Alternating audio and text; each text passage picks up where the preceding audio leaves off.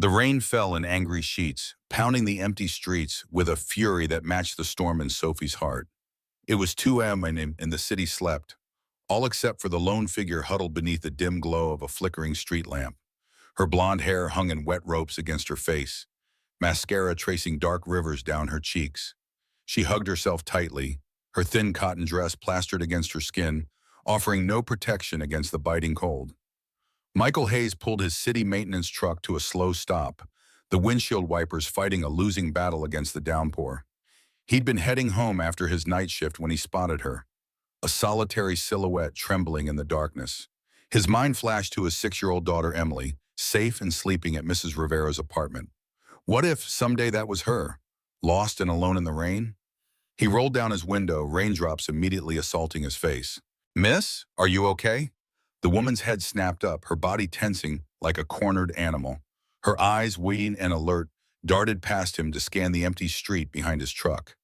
Her gaze reminded him of a wounded fox he'd once found, wary, intelligent, and calculating every possible escape route. "I'm fine," she said, voice sharp despite her shivering. "Just waiting for someone." Michael nodded slowly, unconvinced. At 2 a.m., in this weather? He gestured to his uniform, the reflective stripes still visible beneath his rain jacket. "I'm not a threat.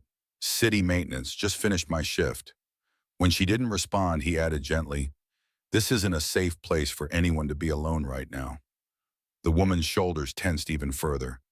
"I don't need you feeling sorry for me." A flash of lightning illuminated her face fully for the first time.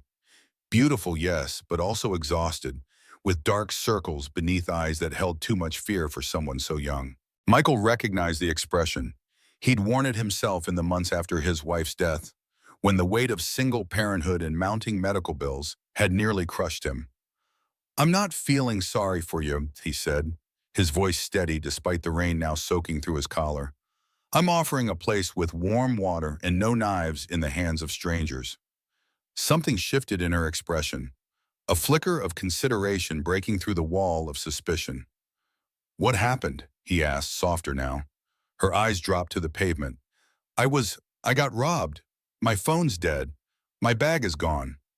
Michael let the silence stretch between them, filled only by the percussion of rain against metal and concrete. Then he breathed out slowly.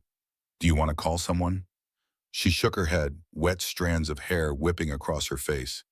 "I don't want to talk to anyone. I just need a safe place until morning." The rational part of Michael's brain screamed warnings. He had Emily to think about. He couldn't bring a stranger home. But something in the proud tilt of the woman's chin, the way she stood shivering yet dignified, made his decision before his logic could catch up. "All right," he said, adjusting the strap of his work bag. "I live 2 blocks from here. It's not much, but it's warm. You can stay on the couch for the night." She looked like she might refuse, but then her knees seemed to buckle slightly. "Okay," she whispered, the word barely audible above the storm. As they walked side by side through the rain, Michael kept a respectful distance. The woman glanced over her shoulder every few steps, her body coiled with tension. Whoever or whatever she was running from had left deep marks. Neither spoke until they reached his small duplex. The porch light cast a warm yellow glow over the modest entrance, illuminating the potted plant Emily had painted the container for, and the small wind chime that tinkled softly in the night breeze. Michael unlocked the door with careful movements, conscious not to make any sudden gestures. "Take your shoes off there," he said, pointing to a mat by the door. "The couch is yours for the night. There's an extra blanket in the closet." She nodded without a word, her eyes taking in every detail of the small living room. The worn but clean sofa, the bookshelf filled with children's stories, and the small pink backpack hanging by the door. Her gaze lingered on the backpack, a flicker of something unreadable crossing her face. Michael moved to the back of the house, into a small room where he stored extra supplies. He placed his wallet and keys in a locked drawer, not out of distrust, but from the hard-learned habit of someone who knew how quickly security could vanish. When he returned, he carried a clean towel, a faded but soft blanket, and one of his old sweatshirts. "The bathroom's to the right," he said, offering the items. "You can shower if you want. The water takes a minute to get warm." She accepted the bundle, her fingers brushing his momentarily. They were ice cold. "Why are you doing this?" she asked, her voice steady despite her shivering. Michael rubbed the back of his neck, suddenly uncomfortable under her intense scrutiny. "Because you look like you needed help, and I'd hope someone would do the same for my daughter if she ever gets into trouble." The woman flinched at the word daughter, her knuckles whitening as they gripped the towel. But she said nothing, disappearing into the bathroom with quick, silent steps. While she showered, Michael wrote a brief note and left it beside a mug of hot water on the coffee table. Then he crept down the hallway to check on Mrs. Rivera's apartment, where Emily would be sleeping until morning. 20 minutes later, the bathroom door opened. The woman emerged wearing his oversized sweatshirt, her damp hair hanging in loose waves around her shoulders. Her face, scrubbed clean of makeup, looked younger and more vulnerable. She glanced around the quiet house, then noticed the items on the coffee table. The note read, "If you need to call anyone, the house phone is on the wall. Don't hesitate to open the closet for more blankets. Please keep noise down. My daughter is a light sleeper when she comes home in the morning." Michael, she stared at the note for a long moment, her fingers tracing the edge of the warm mug. Something in the simple kindness of this stranger, this Michael, made her throat tighten unexpectedly. Curling onto the couch, she pulled the blanket over herself and listened to the rain softening outside. The man who had taken her in hadn't demanded her name or pressed for details. He hadn't made her feel small or indebted. He had simply offered help without conditions. She didn't know who he really was, but for tonight that didn't matter. She would sleep, and tomorrow she would figure out what to do next. The woman who had introduced herself only as Sophie didn't know that this one rain-soaked night would change both their lives forever. Sophie woke to the sound of giggling, high-pitched and melodic, clearly a child's. For a moment, confusion clouded her mind. The soft blanket around her shoulders, the unfamiliar ceiling, the scent of brewing coffee and something sweet baking in the oven. All of it felt alien after weeks of running. She sat up slowly, wincing as her stiff muscles protested. Across the small living room, a little girl sat cross-legged on the carpet, arranging a collection of colorful music note magnets into patterns. Her dark curls bounced as she hummed to herself, seemingly unaware that Sophie had awoken. "Good morning," Sophie said, her voice rough from sleep. The child looked up, her wide brown eyes lighting with curiosity. A dimple appeared in her left cheek as she smiled. "Hi, you're the lady who slept on our couch," she said with unfiltered excitement. "Daddy said you needed a place to stay because you were all wet from the rain. I'm Emily. I'm 6 3/4." Sophie couldn't help but smile at the precise age measurement. "Nice to meet you, Emily. I'm Sophie." Emily scrambled to her feet, clutching one of the music notes, a bright red quarter note, in her small hand. "Do you want breakfast? Daddy's making pancakes, and he only burns them a little bit now." Before Sophie could answer, a deep voice called from the kitchen. "Em, come help me flip these before they turn into charcoal." Emily giggled again and skipped toward the kitchen. After a moment's hesitation, Sophie followed, her bare feet silent against the worn hardwood floor. The kitchen was small but neat, with faded yellow curtains framing a window that overlooked a tiny backyard. Michael stood at the stove, wearing the same city maintenance uniform pants, but with a faded blue t-shirt. His dark hair was damp, as if he'd recently showered, and a day's worth of stubble shadowed his jaw. He glanced up as she entered, offering a small nod. "Morning, coffee's in the pot if you want some." "Thank you," Sophie replied, acutely aware of her disheveled appearance. She ran a hand through her tangled hair, suddenly self-conscious. "For everything." Michael shrugged, his attention returning to the pancakes. "You needed help, not complicated." But it was complicated, Sophie thought as she poured herself a cup of coffee. Everything about her situation was impossibly, dangerously complicated. Emily climbed onto a stool beside her father, wielding a plastic spatula with grave concentration. "I'm the official pancake flipper," she informed Sophie solemnly. "It's a very responsible job." "I'm sure it is," Sophie replied, leaning against the counter. She studied the pair, noting the matching dimples and the easy, practiced way they moved around each other in the small space. "You're very good at it." Michael slid a plate of slightly misshapen but golden brown pancakes onto the small kitchen table. "Breakfast is served, nothing fancy, but it's hot." The three of them sat around the table, an oddly domestic tableau that made Sophie's chest tighten with an emotion she couldn't name. How long had it been since she'd shared a meal with anyone? Since she'd felt safe enough to sit and eat without watching the door? Emily chatted through breakfast, a stream of consciousness that jumped from her kindergarten class to the bird's nest outside her window to her favorite songs. Sophie found herself responding, drawn into the child's uncomplicated world. "Do you like music?" Emily asked suddenly, pointing to Sophie's hand. Sophie looked down, startled to see she'd been unconsciously tapping a rhythm with her fingers against the table edge, a habit she'd had since childhood. "Yes," she said carefully. "I do. I like music too. Daddy says I have a good ear, whatever that means. I wanted piano lessons, but they're too expensive right now." Michael cleared his throat. "Emily, let's not talk about expenses at breakfast, okay?" Emily's face fell slightly, and Sophie felt a pang of sympathy. She knew all too well what it was like to want something beyond your reach. "I should get going," Sophie said, setting down her coffee mug. "Thank you for breakfast and for letting me stay." Michael studied her face, his expression unreadable. "Where will you go?" The question hung in the air between them. Sophie's fingers tightened around the mug. She had nowhere to go, no one to call, and barely $20 in her pocket. The realization must have shown on her face because Michael's expression softened.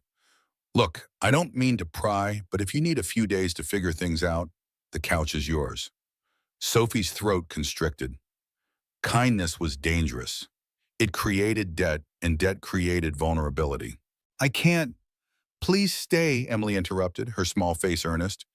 "You can help me practice my songs for the school show." "Emily," Michael said gently, "Sophie might have other plans." But Sophie was staring at Emily, a strange recognition dawning in her eyes. "What school do you go to?" she asked, her voice suddenly tight. "Westlake Elementary," Emily replied proudly. "I'm in Mrs. Johnson's class." Sophie set her mug down with a clatter, coffee sloshing over the rim. "The music program," she whispered. "You're in the Westlake music program."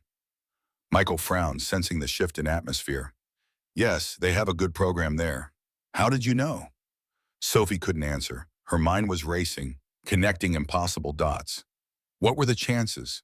Out of all the places in the city, all the strangers who might have found her in the rain.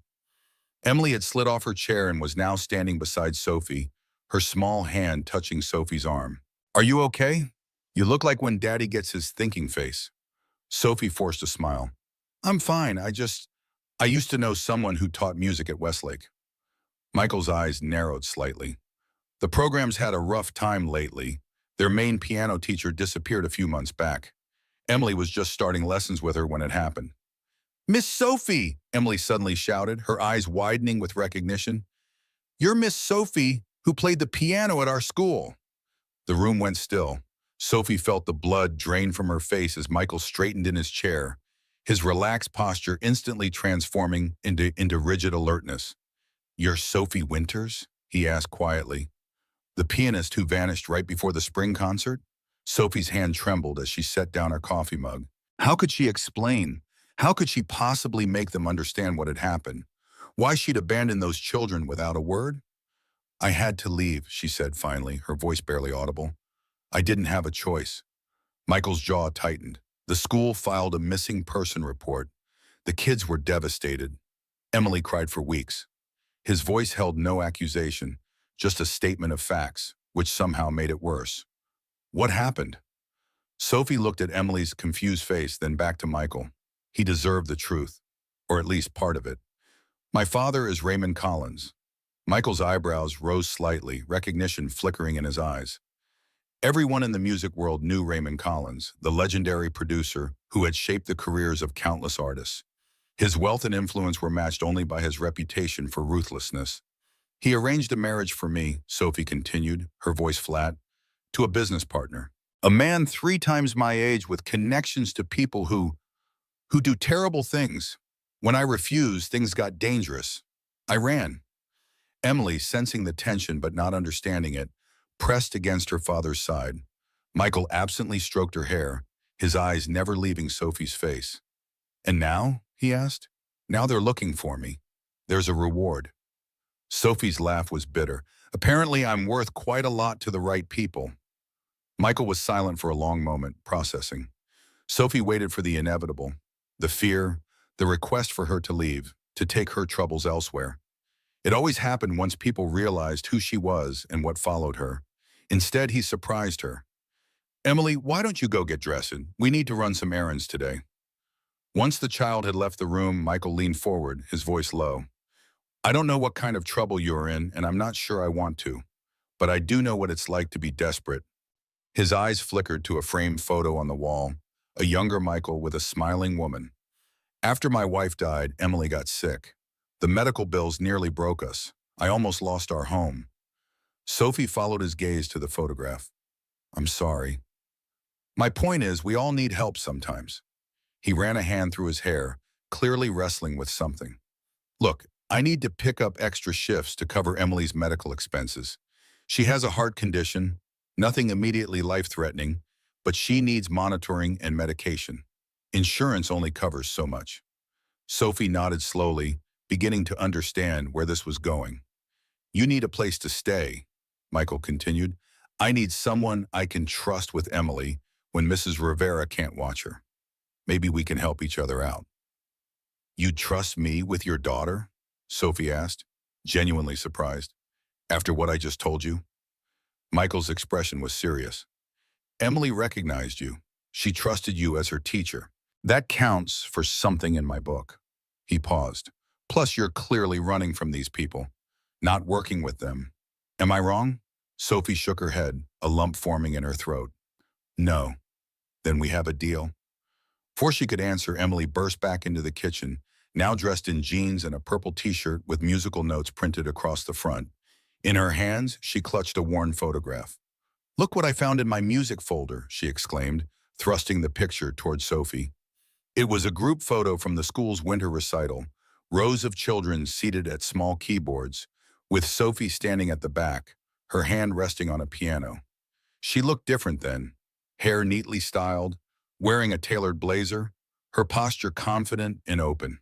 Nothing like the hunched, frightened woman who had appeared on Michael's doorstep. Emily pointed to herself in the front row, grinning widely with a missing front tooth. See, you were my teacher. You taught me twinkle, twinkle, and said I had natural talent.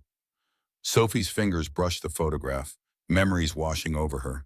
The classroom with its row of keyboards, the children's eager faces, the simple joy of teaching music without the weight of her father's expectations crushing her creativity. I remember, she said softly. You played it beautifully. Emily beamed, then her expression grew serious. Why did you go away?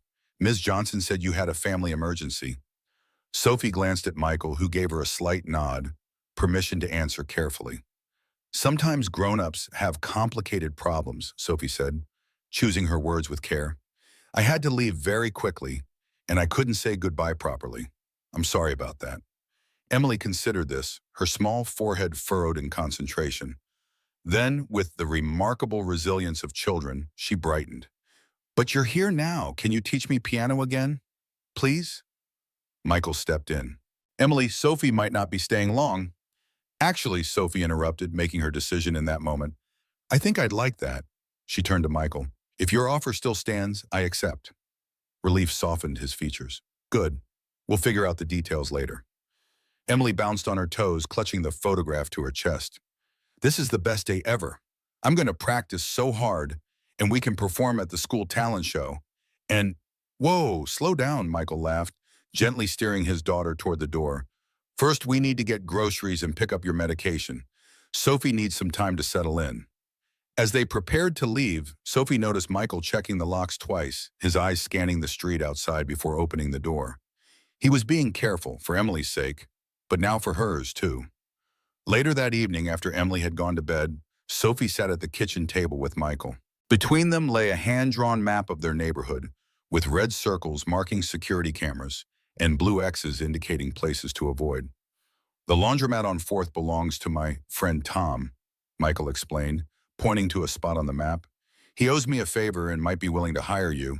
Cash under the table, no questions asked. Sophie nodded, studying the map. I'll need to change my appearance, my hair at least. Mrs. Rivera was a hairdresser before she retired. She can help with that. They worked in comfortable silence, planning routines and safety measures. It was strange, Sophie thought, how quickly they had fallen into this partnership.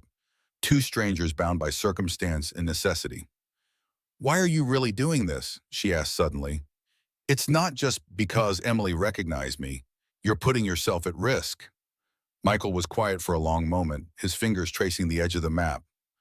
"When my wife died, I was lost. No one helped, no, not family, not friends.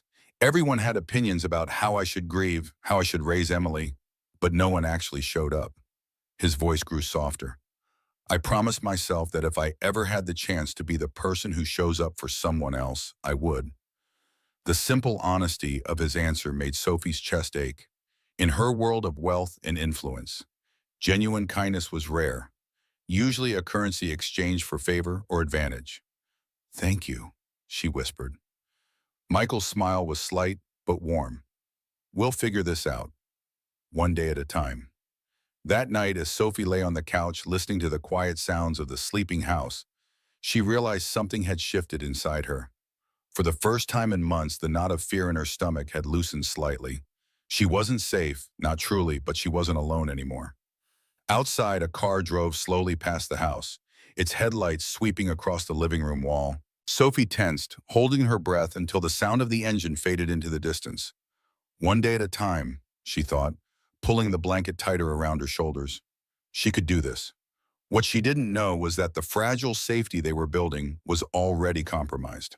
3 blocks away, a man in a dark sedan scrolled through photographs on his phone, surveillance images from traffic cameras throughout the city. He paused on one, a grainy shot of a woman hurrying through the rain, a city maintenance worker at her side. The man smiled and sent the image to a contact listed only as client. The message read, "Target located, proceeding as instructed." Tem. 2 weeks passed in a strange new rhythm. Sophie dyed her hair a rich auburn and cut it to shoulder length. She found work at Tom's laundromat, spending long hours sorting clothes and operating the industrial washers. The work was exhausting but oddly satisfying. Simple tasks with clear beginnings and endings, so different from the nebulous expectations that had defined her former life. In the evenings, she helped Emily with her homework and gave her piano lessons, using a small electronic keyboard Michael had found at a thrift store. The child's natural talent was undeniable, and teaching her became the highlight of Sophie's days. Michael worked double shifts whenever he could, leaving early and returning late, the lines of fatigue around his eyes deepening. Yet he never complained, greeting them with the same quiet warmth regardless of how exhausted he was. They developed unspoken routines. Sophie made coffee in the mornings. Strong enough to cut through Michael's night shift fog, Michael left small gifts for her. Practical things like a new toothbrush, warm socks, a rain jacket that actually fit. Emily drew pictures of the three of them, which Sophie carefully taped to the refrigerator door. It was domestic. It was dangerous. It couldn't last. The first warning came on a Wednesday afternoon. Sophie was folding laundry at the front counter when the bell above the door jingled. She looked up with her practiced customer smile, which froze when she saw who had entered. The man was unremarkable in appearance. Average height, brown hair, forgettable features. It was precisely this blandness that Sophie recognized. Her father employed men like this, individuals trained to blend into any background. "Can I help you?" she asked, her voice steady despite the sudden hammering of her heart. The man smiled, the expression not reaching his eyes. "Just dropping off a shirt."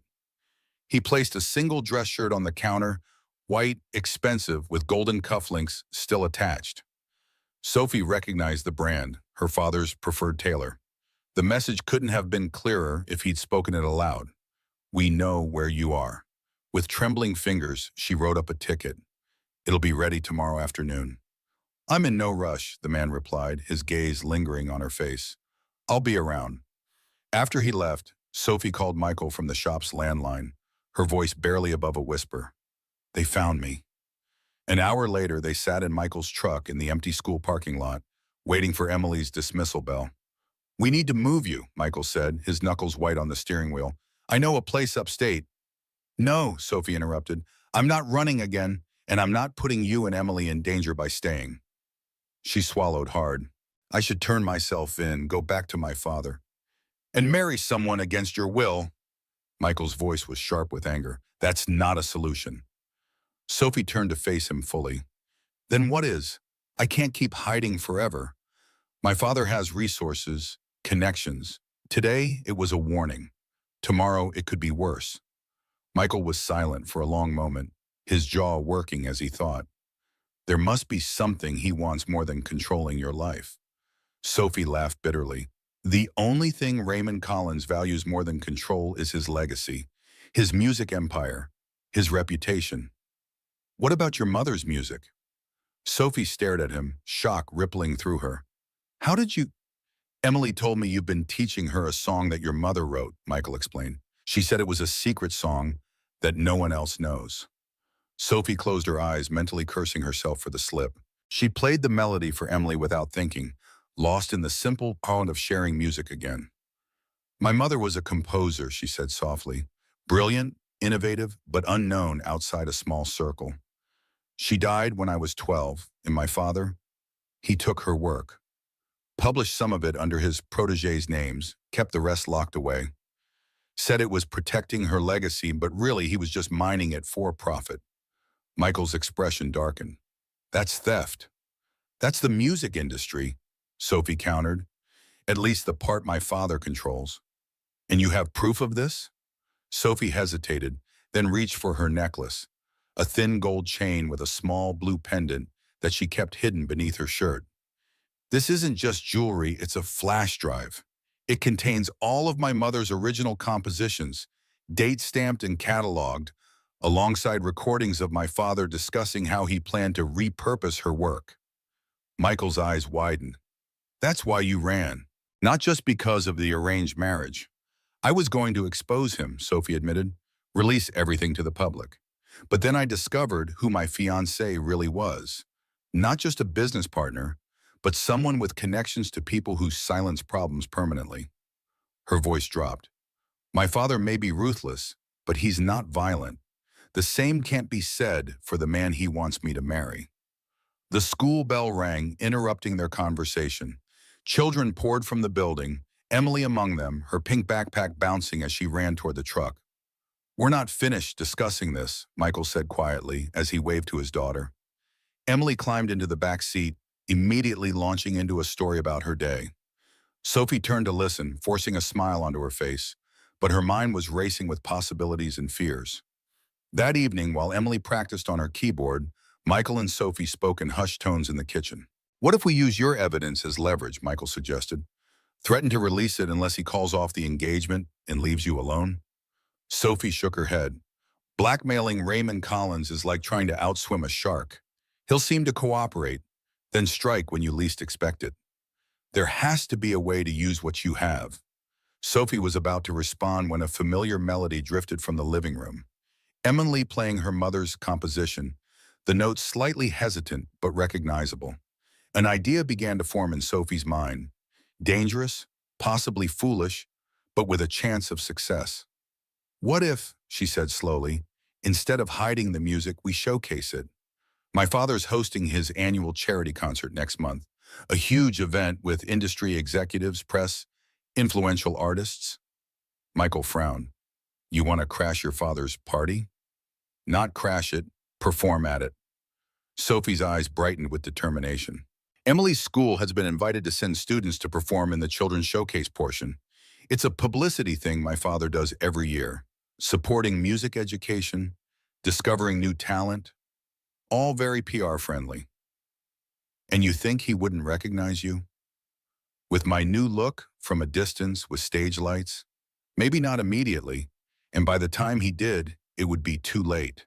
We'd already be performing my mother's signature piece, the one he's kept hidden for years, with cameras rolling and a room full of witnesses. Michael considered this, skepticism clear on his face. It's risky. Everything about my situation is risky, Sophie countered. But this way, I choose the battlefield. From the living room, Emily called out, Miss Sophie, I figured out the hard part. Coming, Sophie responded, then turned back to Michael. Think about it. This could work. Later that night, after Emily had gone to bed, Michael found Sophie sitting at the kitchen table. scribbling musical notations on staff paper. "I'm in," he said without preamble. "But we do this smart. We prepare for every possibility, including things going wrong." Relief flooded Sophie's features. "Thank you." Michael sat across from her, his expression serious. "Emily's safety comes first. If at any point this puts her at risk, we pull out immediately," Sophie finished. "I would never let anything happen to her." The conviction in her voice seemed to satisfy him. "All right then, let's make a plan." Over the next few days, they began careful preparations. Sophie started arranging her mother's composition for piano duet, a simplified part for Emily alongside a more complex accompaniment. Michael researched the venue's security protocols and floor plans, drawing on contacts from his day's working event cleanup. Emily, thrilled to be preparing for a special secret performance, threw herself into practice with newfound dedication. She didn't fully understand the stakes, but she sensed the importance, adopting a solemn responsibility that belied her young age. Sophie watched the child's small fingers moving across the keyboard, determination etched on her face, and felt a surge of protectiveness unlike anything she'd experienced before. In just a few weeks, this little family had become more important to her than she could have imagined.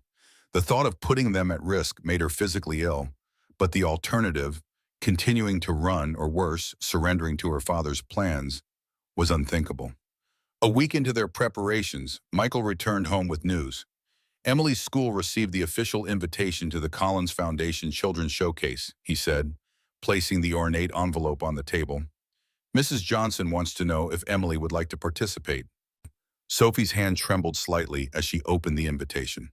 There it was, her father's company logo, his signature at the bottom of the letter. He was so close, yet had no idea she was reading his words. "We're really doing this," she murmured. Michael's hand covered hers, warm and steady. "We're doing this together."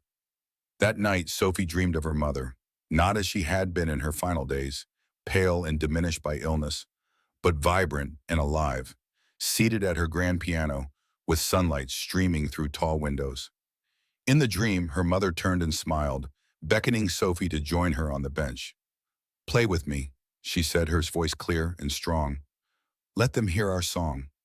Sophie woke with tears on her cheeks, but a sense of peace in her heart. For the first time since she'd fled her father's home, she felt certain of her path forward. What she didn't know was that her newfound certainty was about to be severely tested. The man in the dark sedan had been watching, gathering information, piecing together their plan, and he was ready to make his move. As Michael left for his early morning shift, a car pulled alongside him at the corner. The window rolled down. "Mr. Hayes," a familiar voice called, "I think it's time we had a conversation about Sophie Collins." Michael's blood ran cold as he recognized the driver, the man from the laundromat, no longer bothering with pretense. "I don't know who you're talking about," Michael replied, his voice steady despite the fear gripping his chest. The man smiled thinly. "Let's not waste time with denials. My employer is a reasonable man. He simply wants what belongs to him." "Sophie doesn't belong to anyone." "So you do know her?" The man's smile widened. "Good. That makes this simpler. Deliver a message. Raymond Collins wants his daughter home where she belongs. He's prepared to be generous to those who help make that happen." Michael's jaw tightened. "And if I refuse?" The man's expression hardened. "Then things become considerably less pleasant. For all of you." He reached into his jacket and withdrew an envelope, holding it out. "This is a good faith offer. Consider it carefully." Against his better judgment, Michael took the envelope. Inside was a check with more zeros than he had ever seen, along with a business card bearing a single phone number. "That would cover a lot of medical expenses," the man observed casually. "Heart conditions can be so unpredictable in children, can't they?" The threat was unmistakable.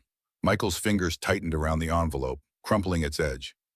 "You have 3 days to decide," the man continued. "After that, Mr. Collins will pursue other methods of retrieving his daughter."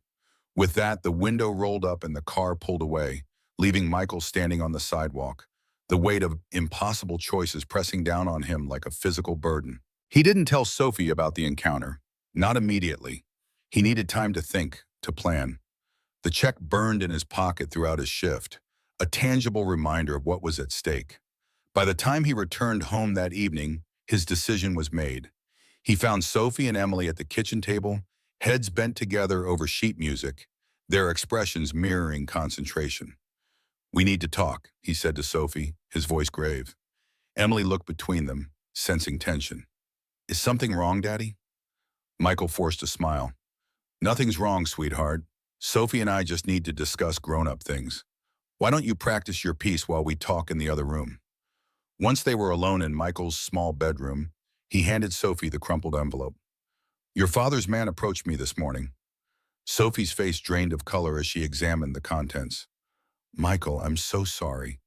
"I'm not taking it," he interrupted firmly. "But this changes things. They're watching us, and they've made it clear Emily could be in danger." Sophie sank onto the edge of the bed, the check trembling in her hands. "We have to cancel the plan. I should leave." "No." Michael's voice was quiet but determined.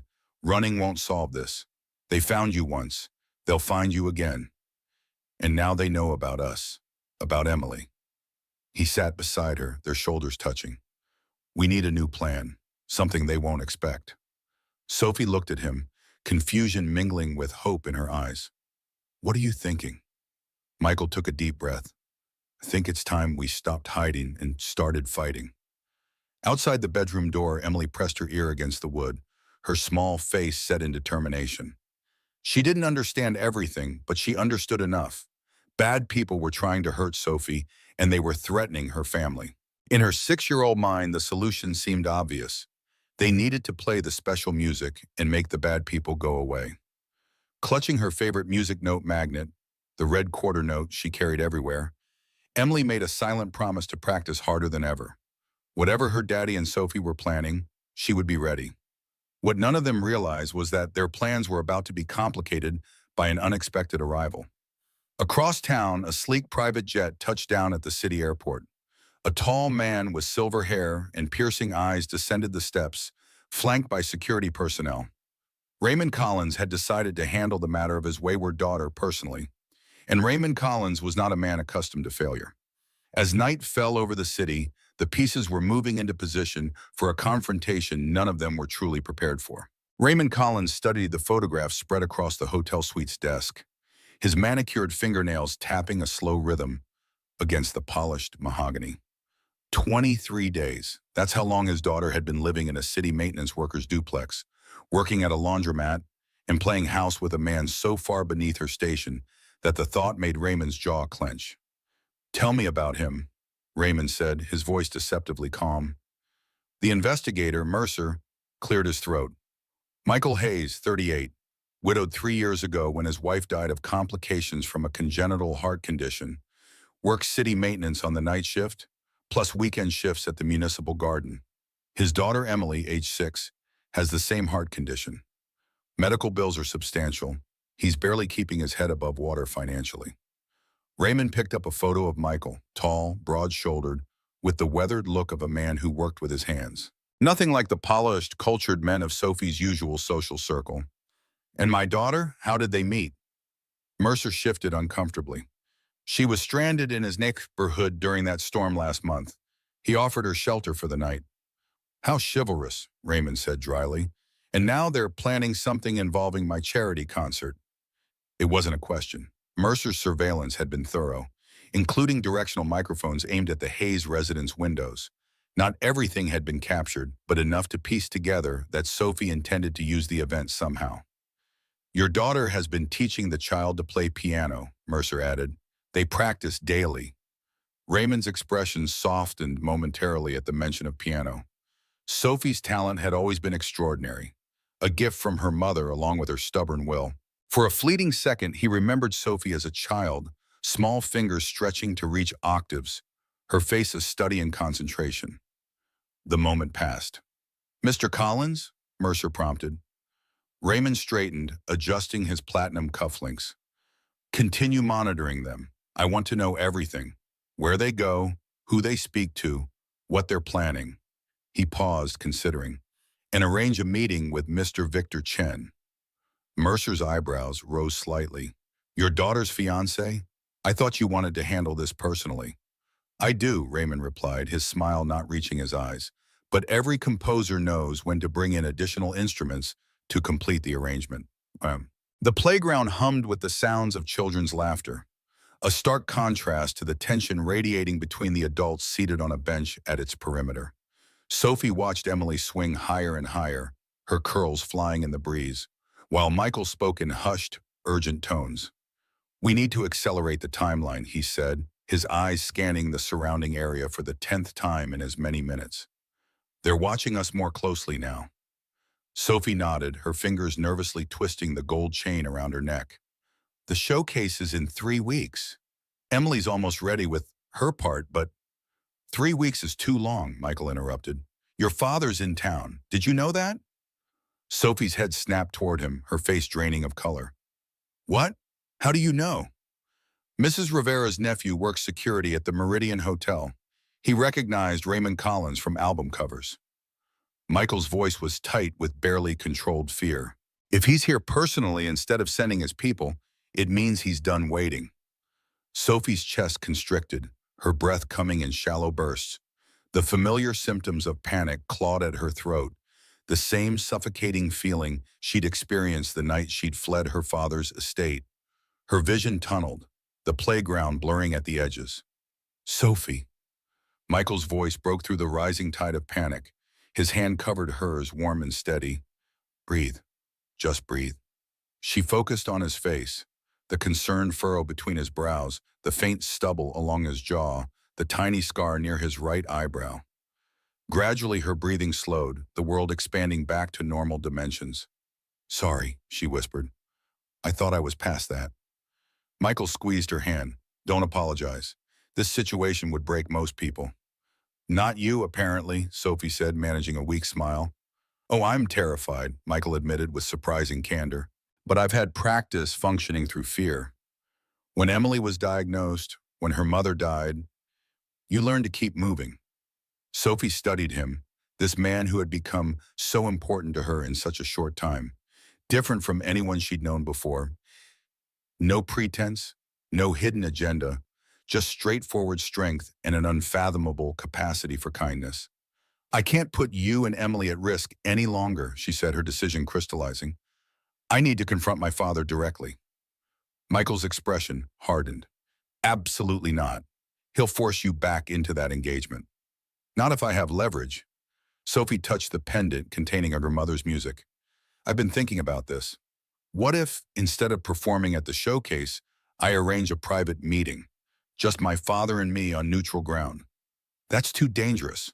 "Listen," she insisted, "my father values his public image above almost everything. If I threaten to expose him at his own event, create a scene that would tarnish his carefully cultivated reputation, he might negotiate." Michael looked unconvinced. "And if he doesn't? Then I follow through with the threat. But this way, Emily stays completely out of it." Before Michael could respond, a high-pitched scream cut through the air.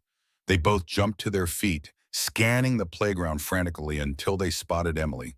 She wasn't hurt. She was rushing toward a tall, elegant woman who had just entered the playground area. The woman knelt, accepting Emily's enthusiastic hug with a warm laugh. "Who is that?" Sophie asked, alarmed. Michael's face had gone pale. "Carolyn Wright, my late wife's sister." They watched as Caroline lifted Emily, spinning her in a circle before setting her down and bending to speak to her.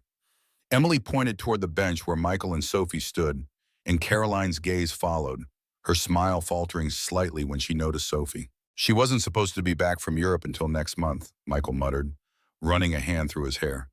"This complicates things." Sophie felt a twinge of something unfamiliar. Not quite jealousy, but a sudden awareness of her precarious position in their lives.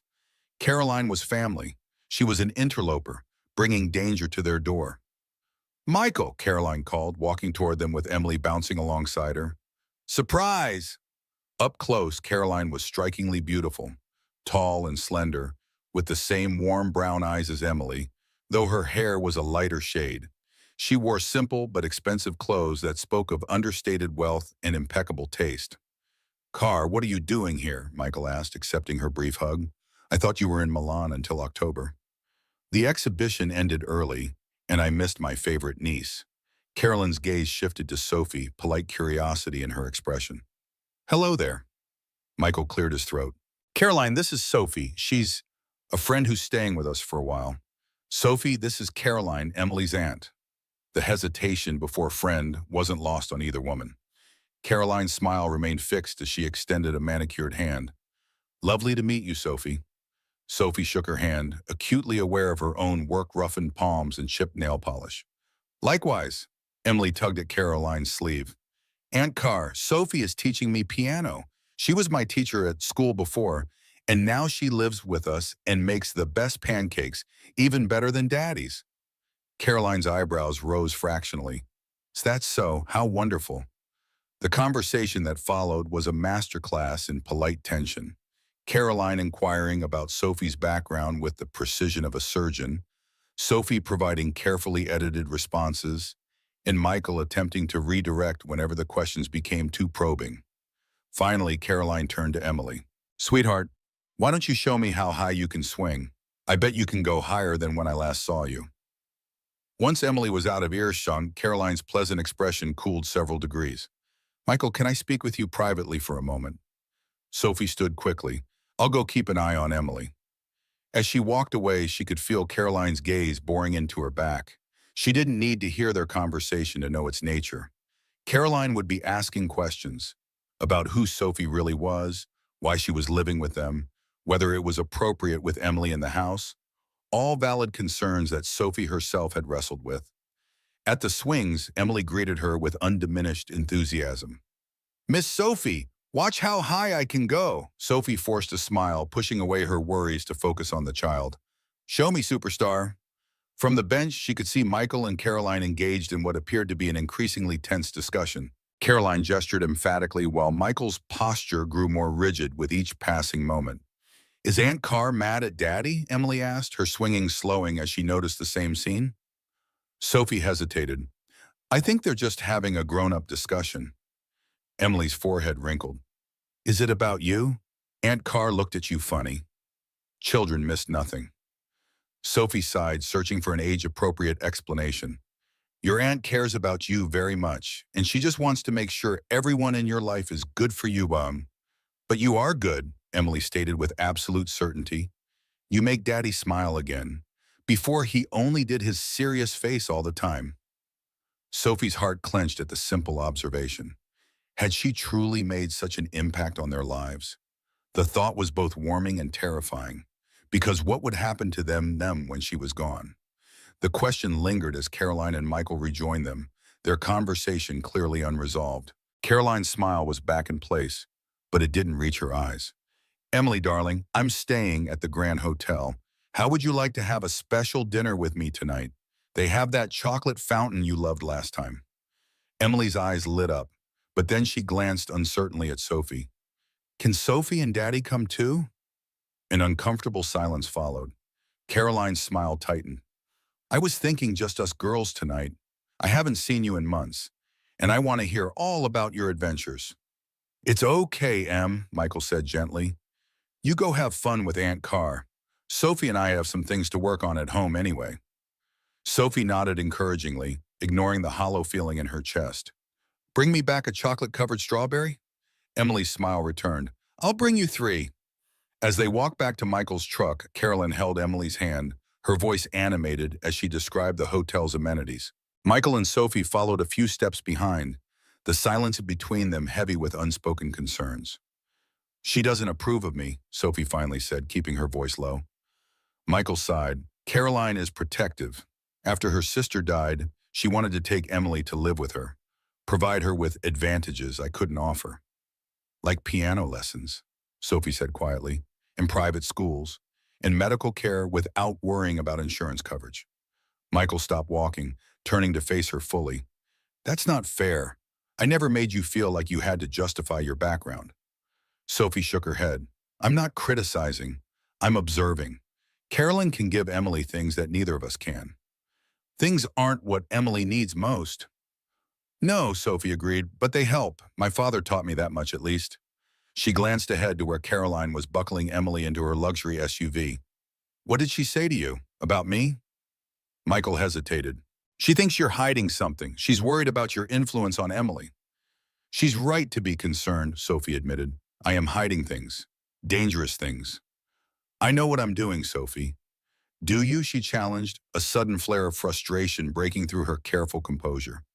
Because from where I stand, it looks like you're risking everything. Your safety, your daughter's safety, for someone you barely know. Michael's jaw tightened. That's not fair. I know enough. No, you don't, Sophie insisted, her voice cracking, slightly. You know the parts I've chosen to share. You don't know what my world is really like. The manipulation, the threats that don't sound like threats, the way people become chess pieces instead of human beings. They had reached Michael's truck. Carolyn had already driven away with Emily, leaving them alone in the parking lot. The late afternoon sun cast long shadows across the asphalt, the air cooling with approaching evening. Michael leaned against the truck's hood, arms crossed. Then tell me, all of it. Sophie paced in front of him, her hands gesturing as words tumbled out. About growing up in her father's carefully controlled empire, about her mother's death when Sophie was 12, about discovering her father's systematic theft of her mother's compositions. He groomed me to be the perfect musical prodigy, she said bitterly. Not for my benefit, but for his legacy. Every performance, every interview, every relationship, all calculated to enhance the Collins brand. She stopped pacing, facing Michael directly. And when I was no longer compliant, he arranged a marriage to Victor Chen, a man who built his fortune in international logistics, which is a polite term for smuggling, and worse. Michael listened without interrupting, his expression grave. And the evidence on your necklace? Recordings, documents. Enough to destroy my father's reputation and possibly lead to criminal charges for Chen. Sophie's hand went to the pendant, gripping it tightly. The night I ran, I overheard them discussing what would happen if I continued to cause problems. Chen said he would handle it permanently. A heavy silence fell between them. In the distance, a siren wailed, then faded. Why didn't you go to the police? Michael finally asked. Sophie laughed without humor. The local police chief plays golf with my father every Sunday. The state attorney attended my 16th birthday party. My father doesn't just buy influence, Michael. He cultivates it, nurtures it over decades. Michael pushed off from the truck, closing the distance between them. Then we need a different approach. Something public, something they can't control or silence. That was the original plan with the showcase, Sophie reminded him. But now we need something faster. Michael's eyes lit with sudden determination. The Mayor's Arts Council reception. It's tomorrow night at the Civic Center. Sophie frowned. What about it? Caroline mentioned it earlier. She's attending as a gallery owner. Your father will almost certainly be there. It's the kind of cultural event he never misses. Michael's words came faster as the plan formed. It's public. It's heavily covered by local media, and security will be minimal compared to his own events. You want me to confront him there? Sophie asked, uncertainty clouding her features. Not confront, negotiate, with witnesses, with press nearby, with people he can't control. Michael took her hands in his. He won't risk a scene in that environment, Afan. Sophie considered this, her mind working through the possibilities, the risks, the contingencies. It could work, assuming her father behaved rationally, assuming Chen wasn't present, assuming a dozen other variables aligned perfectly. I don't have an invitation, she said finally, and I can't exactly walk in looking like this. She gestured to her thrift store jeans and faded t-shirt. Michael smiled, a spark of mischief lightening his serious expression. Leave that to me. Later that night, after Caroline had dropped off an exhausted Emily, who triumphantly delivered 4 chocolate-covered strawberries to Sophie, Michael made a series of phone calls from the back porch, his voice too low for Sophie to hear. When he returned, his face was flushed with success. You're in. Tom's cousin works catering at the Civic Center. He can get you staff credentials for the reception. Sophie raised an eyebrow. You want me to serve hors d'oeuvres to my father? I want you to blend in until the right moment, Michael corrected. Staff can move freely through the event without drawing attention. The plan took shape over the next several hours. Sophie would enter as catering staff, locate her father, and approach him during a specific window when he was likely to be alone, but still visible enough that he wouldn't risk a scene. She would present her terms, call off the engagement to Chen, acknowledge her mother's work publicly, and leave Sophie to live her own life. Or she would release the evidence to every major music publication simultaneously. What if he doesn't believe me? Sophie asked, doubt creeping back in. What if he calls my bluff? Michael's expression was grim. Then it's not a bluff. We release everything. And then what? We run? Sophie shook her head. Chen would never stop coming after me. One problem at a time, Michael said firmly. First we deal with your father. They stayed up late refining details, preparing for contingencies and creating backup plans for their backup plans. When Emily's small voice interrupted from the hallway, "Daddy, I had a bad dream." They paused, the reality of what was at stake crashing back upon them. Michael went to comfort his daughter, leaving Sophie alone with her thoughts. She moved to the living room window, pulling back the curtain slightly to peer into the darkness. Somewhere out there, people were watching, waiting, planning just as she and Michael were planning. The uneasy feeling that had been building in her stomach all day intensified. Tomorrow night would change everything, one way or another. What she didn't know was how many other plans were converging toward the same event, or how spectacularly their carefully constructed strategy was about to unravel. The Mayor's Arts Council reception transformed the Civic Center's austere architecture into a glittering showcase of local culture. Crystal chandeliers cast warm light over displays of artwork, while string musicians played softly in the corner. Waitstaff in black uniforms circulated with trays of champagne and artfully arranged appetizers. Among them moved Sophie, nearly unrecognizable in the standard uniform, her auburn hair pulled into a severe bun, minimal makeup accentuating her features just enough to alter them subtly. She balanced a tray of champagne flutes with practiced ease, a skill recalled from mandatory etiquette lessons in her youth. Through her earpiece, Michael's voice provided steady guidance. He was outside in the parking garage, coordinating from his truck, using the building's service entrance security cameras to track movement inside. "Your father just arrived," he reported. "East entrance, with 2 men, security, most likely."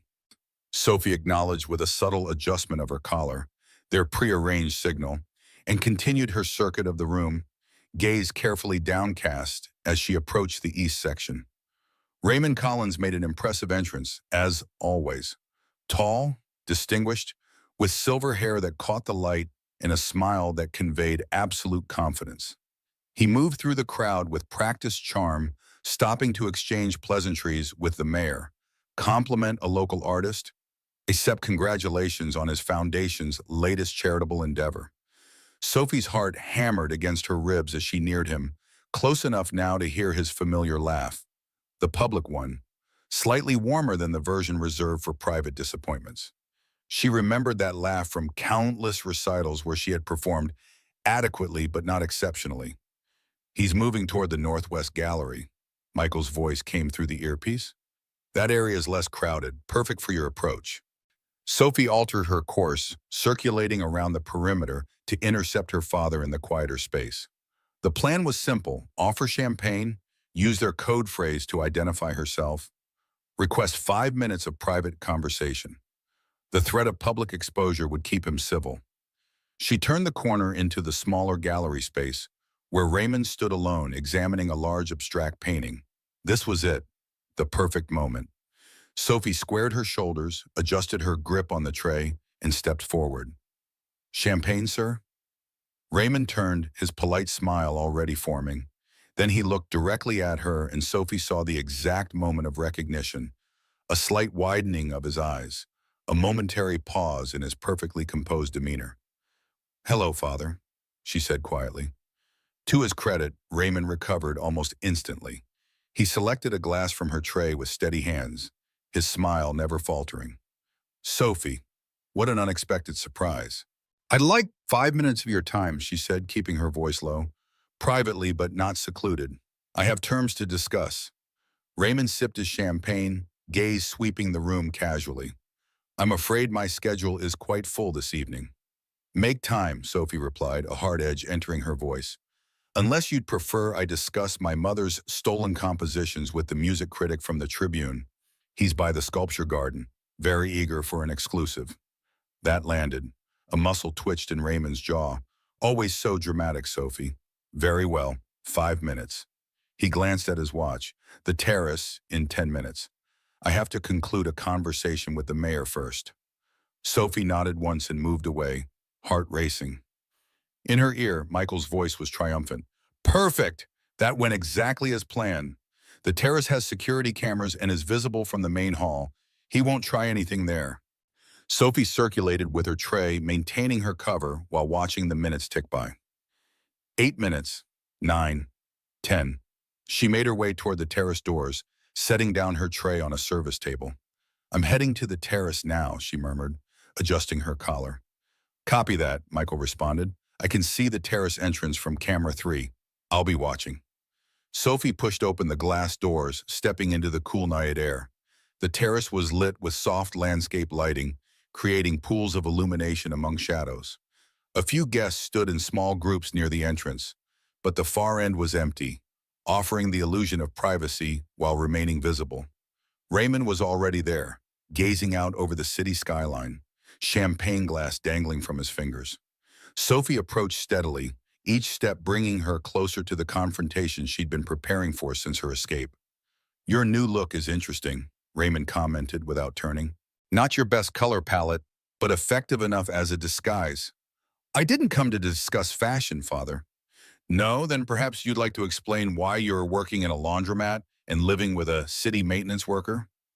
Now he turned, his expression mild but his eyes sharp. Really, Sophie, I raised you for better things. Sophie refused to be baited.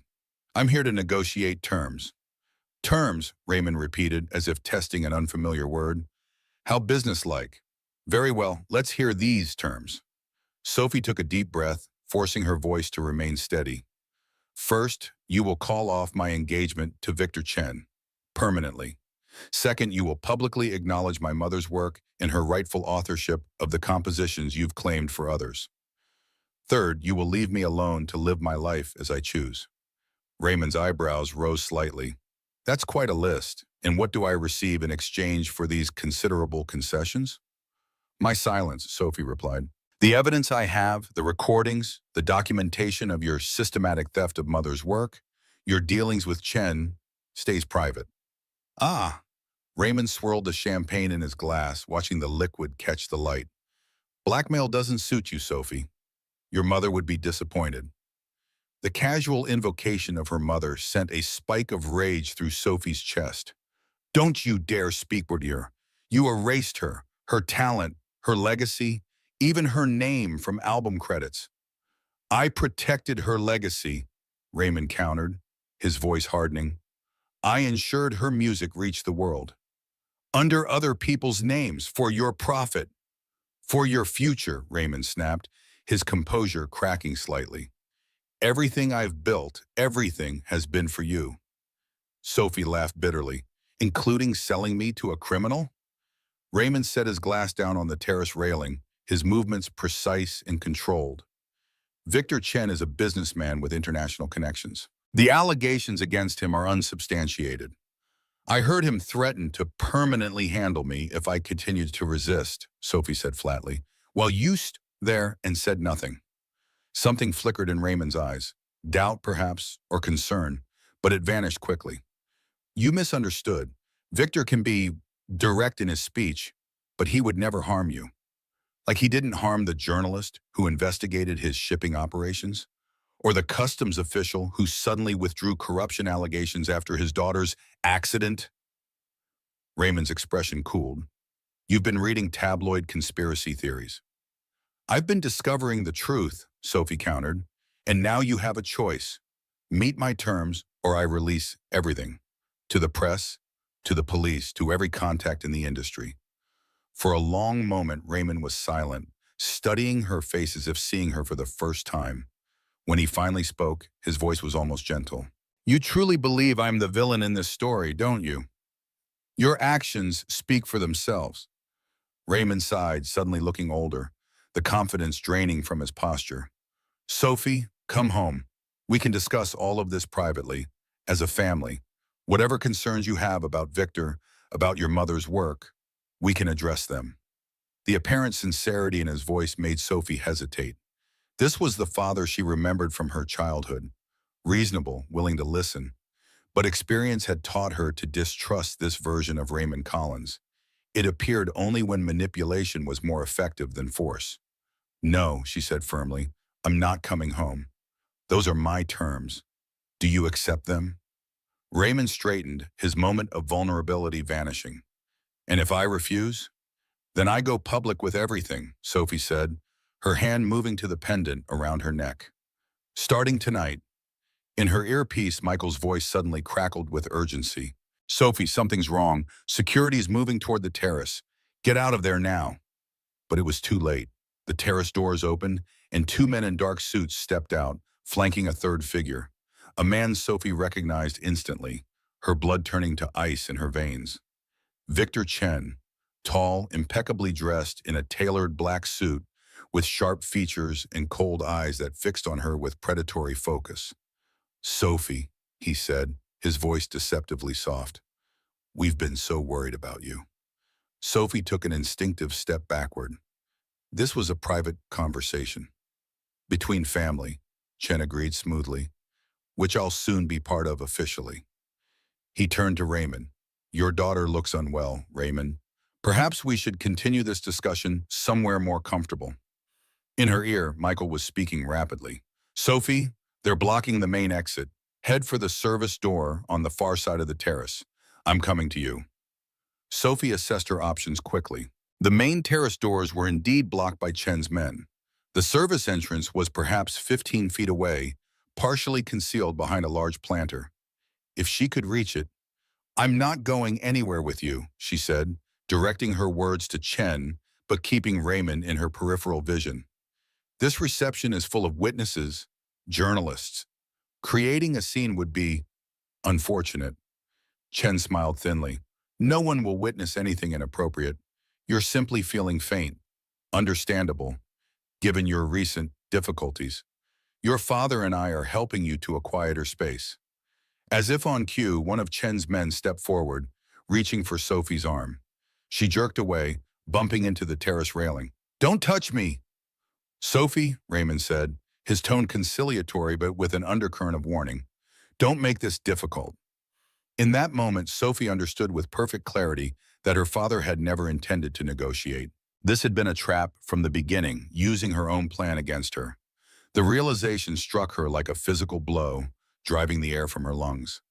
"Michael," she whispered, knowing he could hear her through the earpiece. "It's a setup." She had to move now. In one fluid motion, Sophie grabbed Raymond's abandoned champagne glass and hurled it at the nearest security guard. The glass shattered against his chest, startling him enough to create a momentary diversion. Sophie bolted for the service door, her heart pounding in her ears. Behind her, she heard Chen's cold command, "Get her, now!" She reached the door, yanked it open, and plunged into a dimly lit service corridor. "I'm in the corridor," she gasped into the earpiece. "Which way?"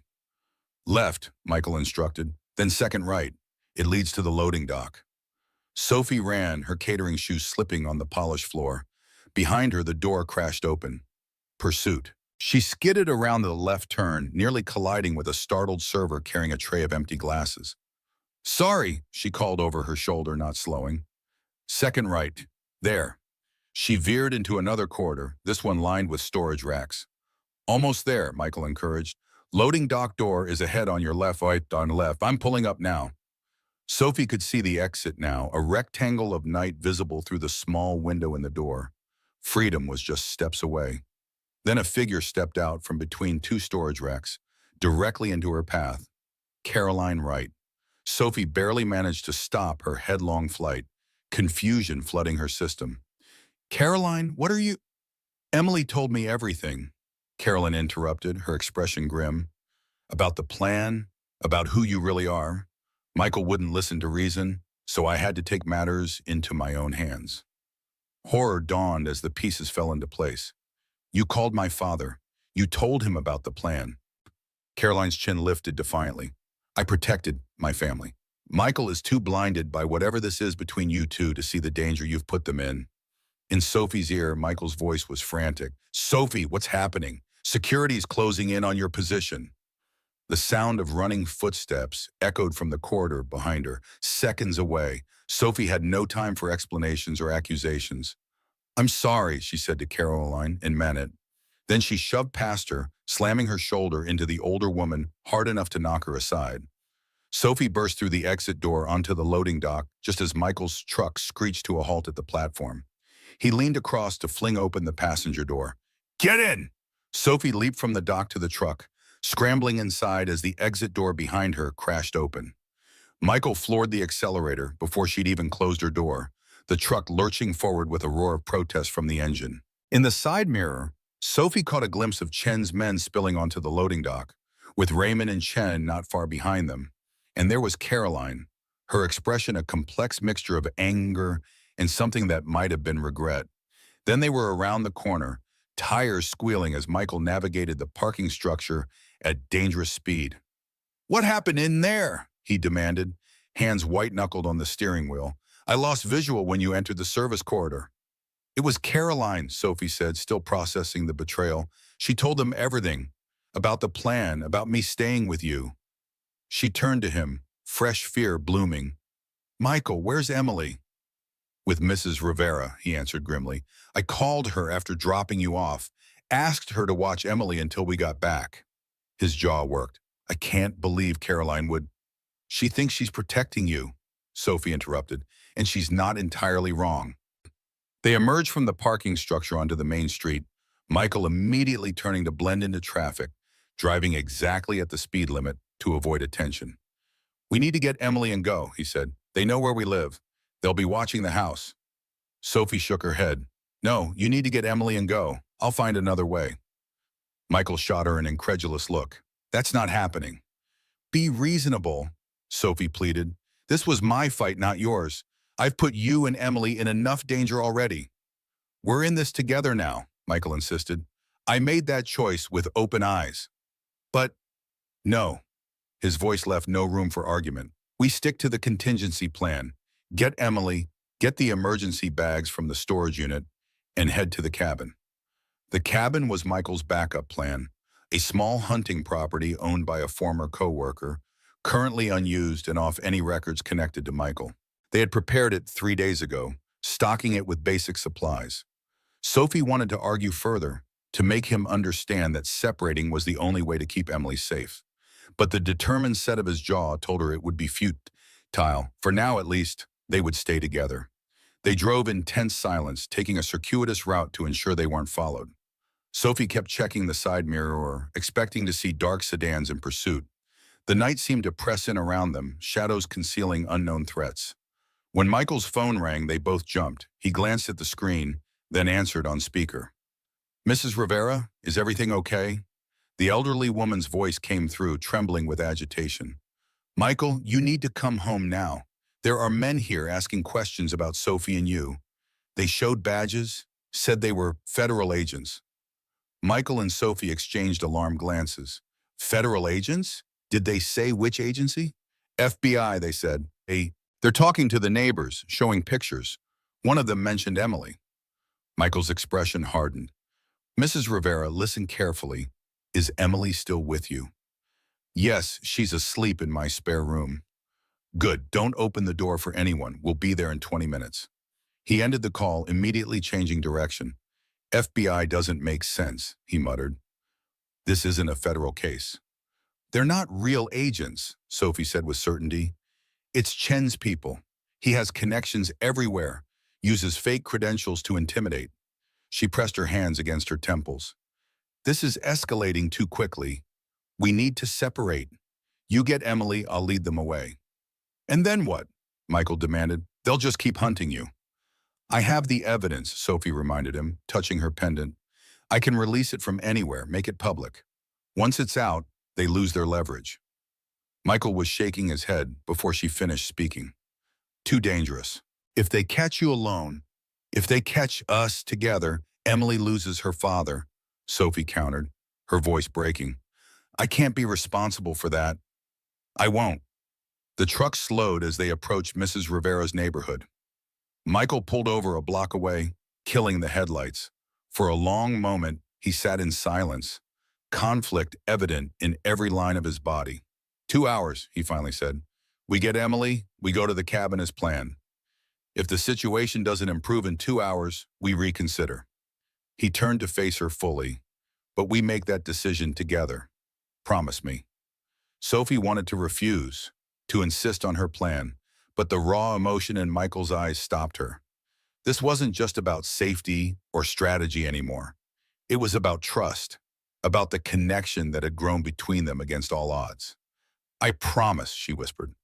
They approached Mrs. Rivera's apartment building cautiously, using the service entrance Michael had access to through his maintenance work.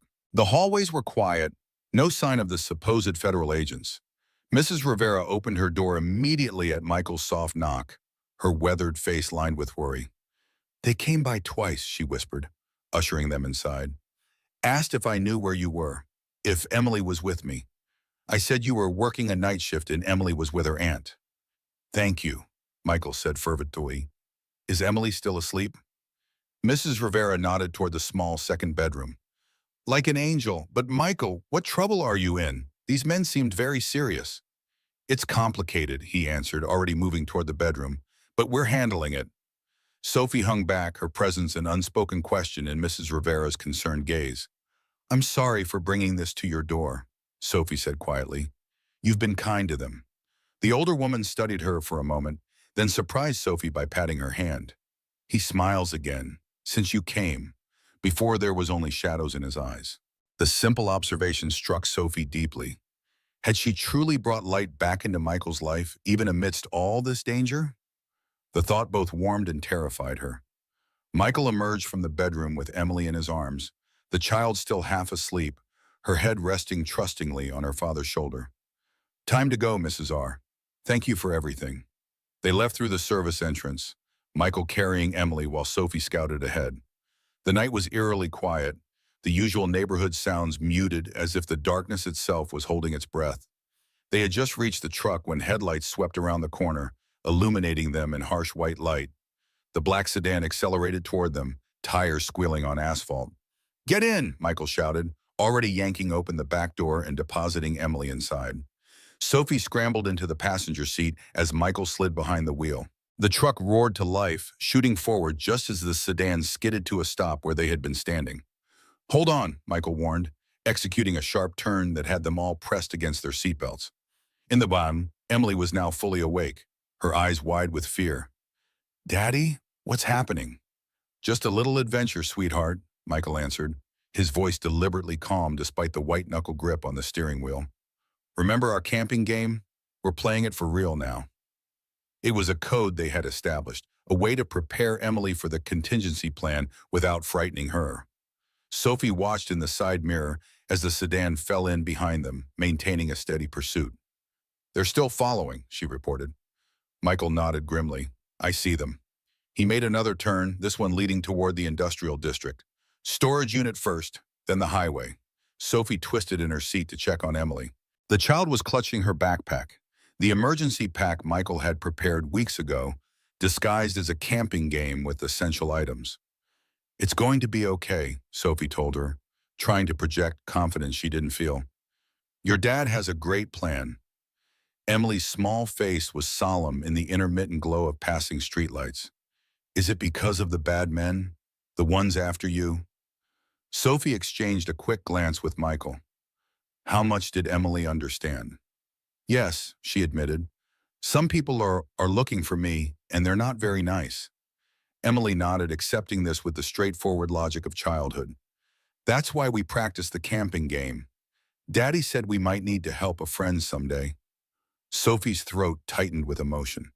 Even before she'd arrived on their doorstep, Michael had been preparing, not just for his own emergencies, but for the possibility of helping someone else. The sedan was still behind them, maintaining distance but clearly tracking their movements. Michael navigated the truck through a series of turns designed to determine if they were indeed being followed. No question now, he muttered. They're definitely on us. Sophie made a decision. Skip the storage unit, it's not worth the risk. Just head straight for the cabin. Michael hesitated, then nodded. You're right, we have enough essentials in the truck's emergency kit. He changed course, heading for the interstate that would take them north toward the remote wooded area where the cabin was located. The sedan followed, closing the distance slightly. "Can you make it to the gun in the glove compartment?" Michael asked quietly, eyes fixed on the road. Sophie's eyes widened. "You have a gun?" "Licensed, for emergencies." His jaw was set in a hard line. "This qualifies." With shaking hands, Sophie opened the glove compartment. Inside was a lockbox, which Michael opened with a combination he recited to her. The handgun was smaller than she'd expected, but undeniably real. She held it gingerly, unfamiliar with the weight and balance. "I've never fired one," she admitted. "Hope you won't need to," Michael replied, "but keep it ready." As they merged onto the interstate, Sophie checked the mirror again. The sedan was still there, but now a second vehicle had joined it, a black SUV with tinted windows. Her stomach dropped. "Michael," she said urgently, "there are two of them now." He cursed under his breath, accelerating. The truck responded sluggishly, not built for speed. "We need to lose them before we get to the cabin." "How? They're faster than us." Michael's eyes darted to the upcoming exit. "We improvise." He swerved suddenly, cutting across 2 lanes of sparse traffic to make the exit at the last possible moment. Horns blared behind them as the sedan attempted to follow, nearly colliding with a minivan. "Hold on," Michael called as they hit the exit ramp at dangerous speed. Sophie braced herself against the dashboard. While in the back seat, Emily let out a sound between a scream and a laugh, still young enough to find the roller coaster motion exciting rather than terrifying. The truck fishtailed slightly as they reached the bottom of the ramp, Michael expertly correcting before taking a sharp right turn. The sedan made the exit but overshot the turn, buying them precious seconds. "Where are we going?" Sophie asked, scanning their new surroundings. A commercial district, mostly closed at this hour, with wide parking lots and strip malls. "Somewhere to switch vehicles," Michael answered, already scanning the area with practiced efficiency. His gaze settled on a motel up ahead, its parking lot half full. There. He pulled into the motel lot, driving directly to the back where several cars sat in unlit spaces. Without hesitation, he parked next to an older model sedan, similar in size to the truck. "Out quickly," he ordered, already opening his door. "Emily, bring your backpack." They scrambled from the truck, Michael immediately moving to the sedan and pulling tools from his pocket. Sophie watched in shock as he efficiently jimmied the lock, the door opening with a soft click.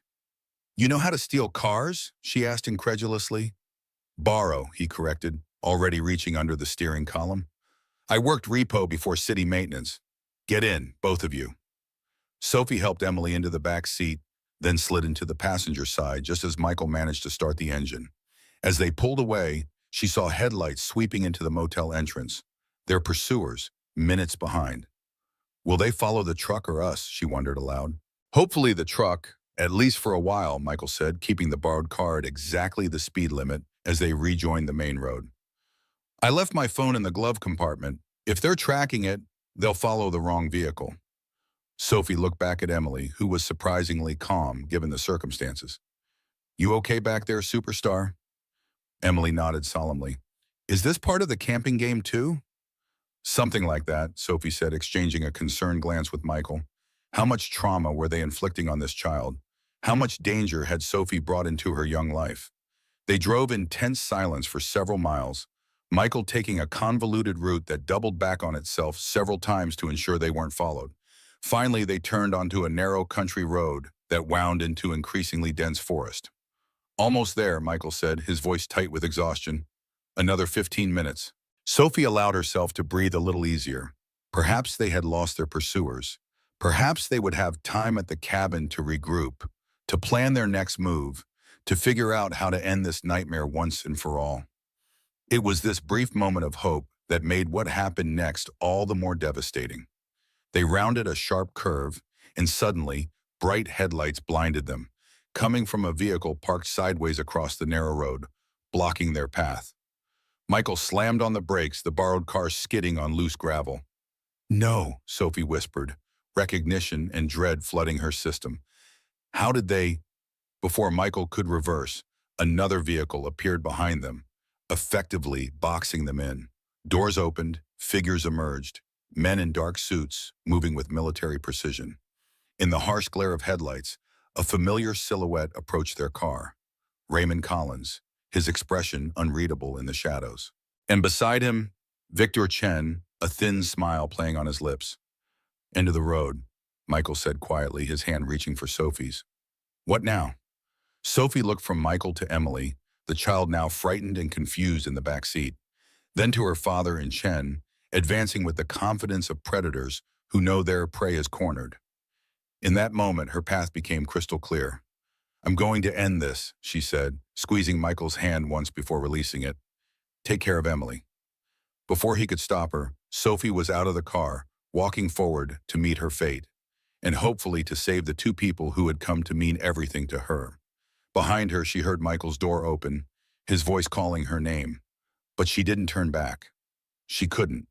This confrontation had always been inevitable, and she would face it on her terms. "Hello, Father," she called, her voice steady despite the fear coursing through her veins. "I believe we have unfinished business." Raymond stepped into the full glare of the headlights, his silver hair gleaming like a crown. "Indeed we do, Sophie, indeed we do." What Raymond Collins couldn't see, what Sophie prayed no one would notice, was her hand at her throat, removing the pendant that contained everything. With a subtle movement, she slipped it into Michael's pocket as she passed him, their eyes meeting in a moment of silent communication. Whatever happened next, the truth would survive, and perhaps, somehow, so would they. The forest held its breath. Night creatures fell silent as headlights carved harsh geometries through the darkness, illuminating the narrow road where Sophie stood. Her shadow stretched long behind her, touching the borrowed car where Michael remained with Emily. That small connection, her shadow reaching back to them, gave her the courage to step forward. Raymond Collins studied his daughter with the critical eye of a composer examining a flawed composition. "You've led us on quite a chase," he said, his voice carrying the precise diction that had intimidated music executives for decades. "All this drama, Sophie. And for what?" Sophie stopped several feet away, maintaining distance from both her father and Chen, whose smile had transformed into something predatory. She kept her spine straight, chin lifted, the posture of a performer about to step onto stage. Years of recitals had taught her to conceal trembling hands and racing pulse. "For freedom," she answered simply. "Something you've never understood." Chen stepped forward, his movements fluid and controlled. "Freedom is an illusion, Sophie. Everything has a price. Everything exists within structures of power." His accent was barely perceptible, carefully cultivated away through years of American education. "Your father and I have created a beneficial arrangement. Your rebellion serves no purpose." Behind Sophie, car doors opened and closed. Michael's footsteps crunched on gravel as he approached, stopping just behind her left shoulder. His presence radiated protective heat. "Emily?" Sophie whispered without turning. "Locked in the car. She's scared, but okay." Michael's voice was low, meant only for her. Then louder. "This has gone far enough. Whatever business exists between you, it doesn't require this level of intimidation." Raymond's eyebrows rose fractionally, as if surprised by the maintenance worker's audacity. "Mr. Hayes, I presume? Your involvement in my family's affairs is unfortunate. I suggest you return to your daughter and drive away while that option remains available." "I'm not leaving Sophie," Michael stated flatly. Chen's men, 4 in total, shifted positions, forming a loose circle around them. One touched the bulge beneath his jacket in unmistakable warning. Sophie felt something press against her back. Michael passing something into the waistband of her pants beneath her shirt. The gun from the truck. Her breath caught, but she kept her expression neutral. "Father," she said, redirecting attention to herself, "you claim to care about me, about my future. Prove it. Call off this engagement. Acknowledge Mom's work. Let me live my own life." Raymond sighed, the sound genuine enough to momentarily crack his composed facade. "Sophie, your mother's work was brilliant but deeply personal. Releasing it would have exposed her vulnerabilities to public scrutiny. I protected her legacy the only way I knew how." "By stealing it," Sophie challenged. "By preserving it," Raymond countered. "By ensuring the most important parts found their way to audiences who could appreciate them." "Under other people's names," Sophie said bitterly, "for your profit." A flicker of something, regret, perhaps, crossed Raymond's features. The music industry isn't kind to women composers, Sophie, especially not women with unconventional styles. Your mother's work would have been dismissed, criticized, forgotten.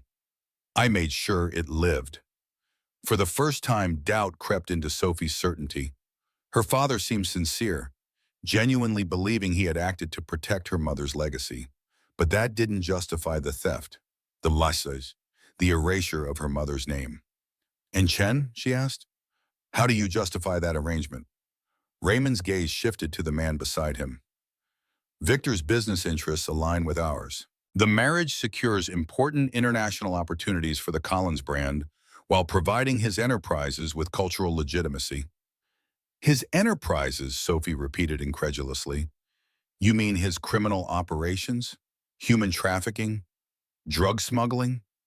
Chen's smile vanished. Careful, Sophie. Such accusations are dangerous without evidence. The pendant now in Michael's possession felt like a burning presence between them. Sophie wondered if her father knew what she had recorded.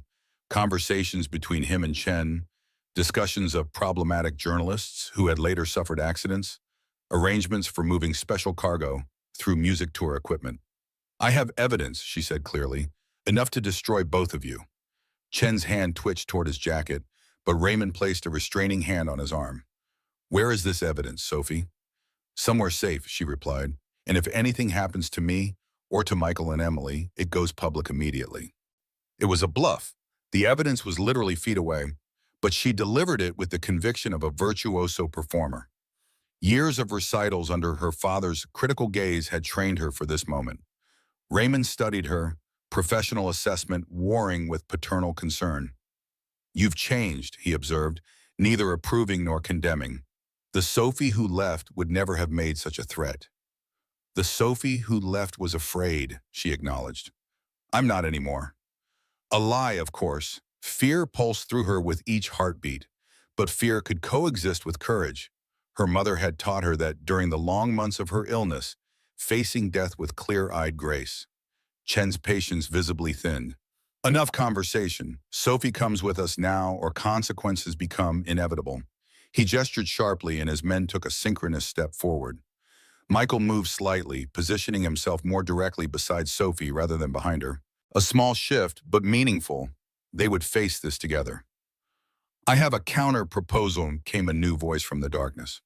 All heads turned toward the source, the woods beside the road, where a figure emerged from between the trees. Carolyn Wright stepped into the periphery of the headlights, her elegant features set in determined lines. Carolyn? Michael's voice cracked with disbelief. What are you? Fixing what I broke, she interrupted, approaching steadily. She looked directly at Raymond. Mr. Collins, I'm the one who told you about your daughter's whereabouts. I believed I was protecting my family. Raymond inclined his head slightly. And we appreciated your assistance, Ms. Wright. I was wrong, Carolyn continued, stopping beside Michael. I didn't understand the situation. Now I do. She reached into her jacket and withdrew a small recording device. I've been recording everything since I arrived. Your threats, Mr. Chen's implicit admissions regarding his enterprises, your men's armed presence. Chen's face darkened. Take that from her, he ordered sharply. Carolyn stepped back. This is broadcasting live to my assistant. If the transmission ends, she sends it to every news outlet in the state. It was another bluff. Sophie could see it in the slight tension around Caroline's eyes, but delivered with the conviction of a woman accustomed to being believed. Raymond's expression remained impassive, but his right hand twitched slightly against his leg. A pianist's tell that Sophie recognized from childhood. He was recalculating, adjusting his approach to this unexpected variable. Ms. Wright, he said smoothly, I believe you've misinterpreted a family disagreement as something more sinister. My daughter has made some concerning choices lately.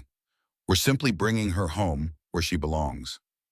With armed men, Caroline challenged, on a deserted road at night? That's not family concern, Mr. Collins. That's coercion. Sophie stared at Carolyn, struggling to reconcile this fierce advocate with the woman who had betrayed them hours earlier. Michael seemed equally confused, his posture tense with uncertainty. Why are you helping us? He asked Caroline directly. Caroline's gaze remained fixed on Raymond and Chen. Because Emily called me after you left Mrs. Rivera's. She was crying, terrified. Now she looked at Michael, her expression softening. She said the bad men were going to take Sophie away, and then you'd be sad again. Just like when Lisa died. The simple observation from a child's perspective struck them all into momentary silence. Even Raymond seemed affected, a flicker of discomfort crossing his face. In the stillness, Sophie made her decision. She stepped forward, directly addressing her father while ignoring Chen entirely. Here's what happens now, she said, her voice steady. You call off the engagement. You publicly acknowledge Mom's work. You leave me and Michael and Emily alone. In exchange, the evidence stays private. Chen started to object, but Raymond silenced him with a raised hand. And if I refuse? Then 3 different things are released simultaneously, Sophie replied. My evidence, Caroline's recording, and the story Emily's school has been helping her write about her new friend Sophie, the pianist who's been hiding from bad men. This last part was pure invention, but Sophie delivered it with absolute conviction. The image of a child's innocent account reaching the public, the devastating authenticity it would carry, was a masterstroke. Raymond's composure finally cracked. For a moment, genuine anguish transformed his features. You would destroy everything I've built, everything I intended for you to inherit. I never wanted your empire, Father, Sophie said, her voice gentling slightly. I just wanted to make music, to be free. The tableau held, Sophie facing her father, Michael and Caroline flanking her, Chen and his men poised for violence at Raymond's command. In the borrowed car behind them, Emily pressed her small face against the window, witnessing a confrontation she couldn't fully understand, but whose importance she instinctively recognized. Raymond Collins had built his career on recognizing when a battle was lost. His genius lay not in stubbornness, but in strategic retreats that preserved critical resources for future victories. He looked at his daughter now with a complex mixture of frustration, admiration, and something that might have been pride. Victor, he said without looking away from Sophie, I believe we need to reconsider our arrangement. Chen's face contorted with fury. This is unacceptable. I will not be dictated to by... A recording of you discussing how to permanently handle problems would be problematic for your investors, wouldn't it? Raymond interrupted mildly. And for those political connections you've cultivated so carefully? The implied threat hung in the air between them, former allies suddenly reassessing their positions. Chen's eyes narrowed to calculating slits as he weighed his options. This isn't finished, he said finally, his voice cold with promise. For tonight it is, Raymond replied with a finality. He gestured to Chen's men. Stand down. We're leaving. For a terrible moment, Sophie thought Chen might countermand the order. Violence trembled in the air like the moment before lightning strikes. Then, with deliberate slowness, Chen adjusted his jacket and stepped back. We'll discuss compensation for this change in plans, he told Raymond. Of course, Raymond agreed smoothly. My office, tomorrow. Relief rushed through Sophie's body so powerfully that her knees nearly buckled.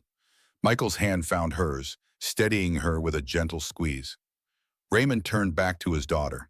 We'll need to discuss specifics about your mother's compositions. There are legal considerations, royalty structures to address. The businesslike tone was so incongruous after the intensity of the confrontation that Sophie almost laughed. Yes, she agreed. We will, but not tonight and not alone. Raymond nodded once, accepting this boundary. I'll have my assistant contact you. He hesitated, then added, Your mother would be proud of you, Sophie. She never compromised either. The simple acknowledgement, something Sophie had sought her entire life, landed with unexpected force. Tears pricked behind her eyes, but she blinked them away. Thank you, she said quietly. With a final assessing look at Michael, Raymond turned and walked back to his vehicle. Chen followed, the barely contained rage in his posture suggesting this retreat was temporary at best. His men backed away more slowly, maintaining threatening eye contact until they reached their vehicles. No one spoke as engines started and headlights swung in wide arcs, illuminating the forest before the procession of black vehicles disappeared down the road. Only when the last red taillights vanished around a curve did the tension finally break.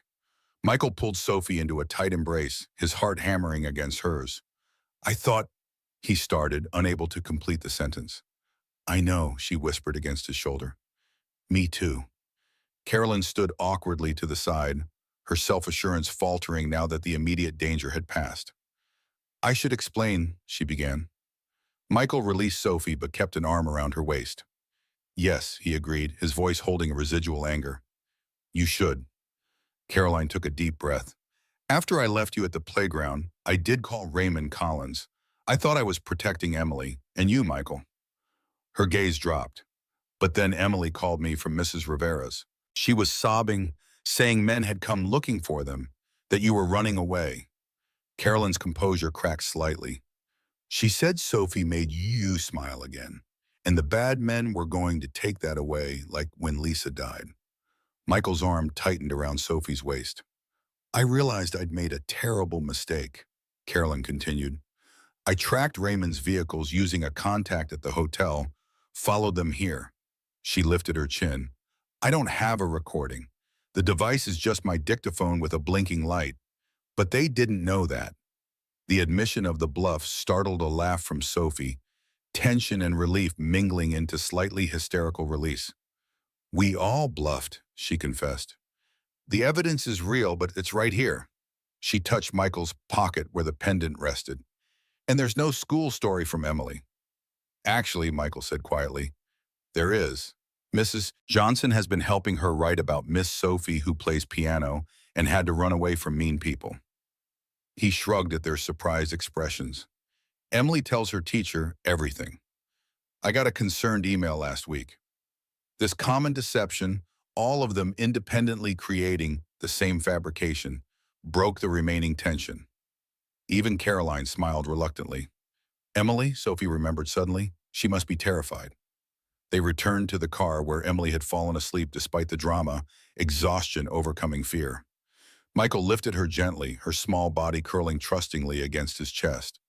What now? Caroline asked, looking between them. Do you think it's really over?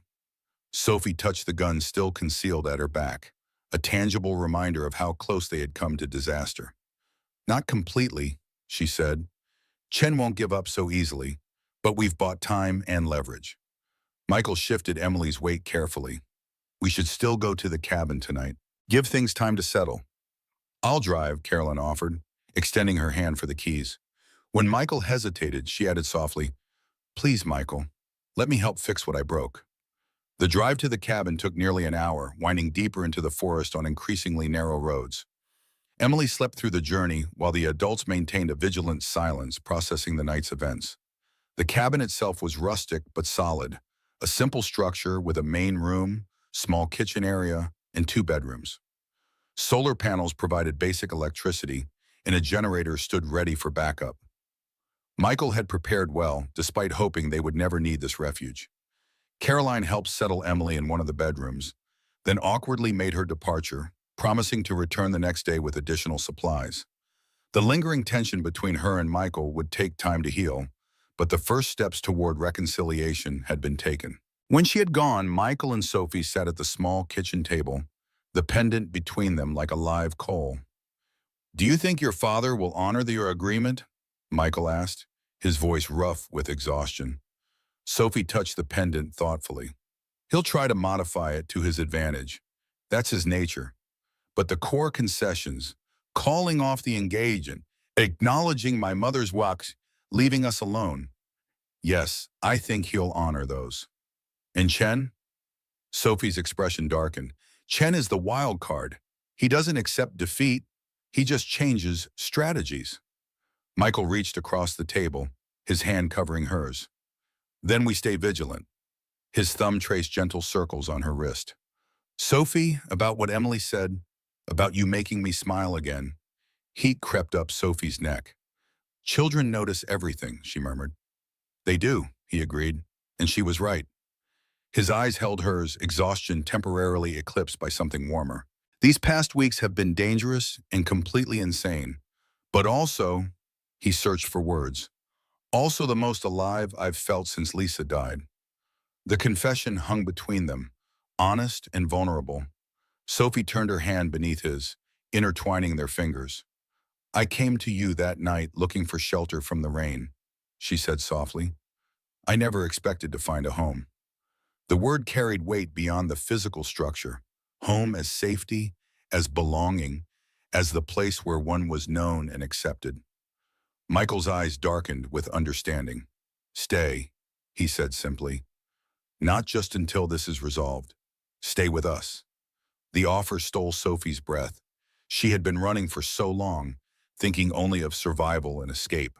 The possibility of something permanent, something built rather than fled to, was both exhilarating and terrifying. It won't be easy, she warned.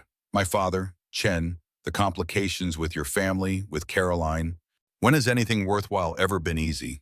Michael countered with a tired smile.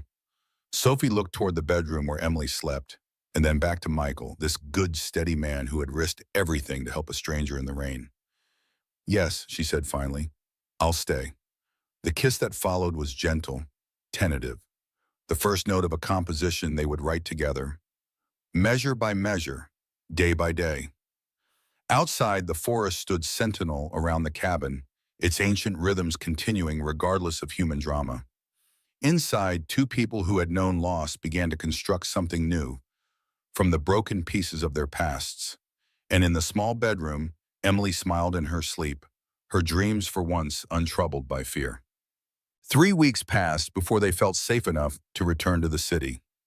During that time, Raymond Collins held a press conference announcing a retrospective album featuring the previously unreleased works of Elizabeth Collins, his late wife and one of the most innovative composers of her generation. Music critics reacted with surprise and enthusiasm to these newly discovered compositions, while industry insiders whispered about the sudden cancellation of the Collins-Chen business merger. Victor Chen disappeared from public view, though Sophie received regular reports from a private security firm Raymond had hired, partly as protection, partly as surveillance. His paternal concern still tangled with the control. The cabin became a sanctuary rather than a hideout. Emily explored the woods with boundless curiosity. Michael repaired the sagging porch steps, and Sophie composed for the first time in years simple melodies that made Emily dance, and Michael paused in his work to listen. When they finally returned to Michael's house, they found it untouched but not unchanged. The small room seemed different somehow, markers of a life they had outgrown during their forest sojourn. It feels strange, Emily observed, spinning in the middle of the living room, like someone else's house. Sophie understood the feeling. They had all been transformed by recent events, emerging as slightly different versions of themselves. The physical space remained the same, but they experienced it differently. Carolyn arrived that afternoon with groceries and news.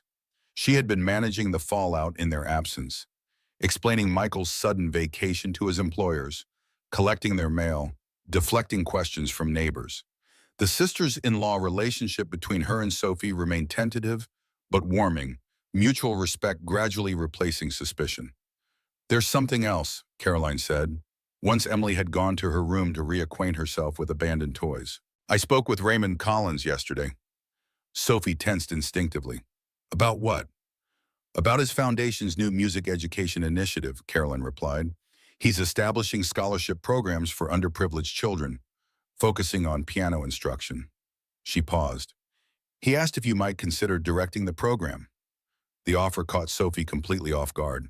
It was exactly the kind of work she had always wanted to do, teaching, nurturing young talent, making music accessible to children who would otherwise never touch a piano.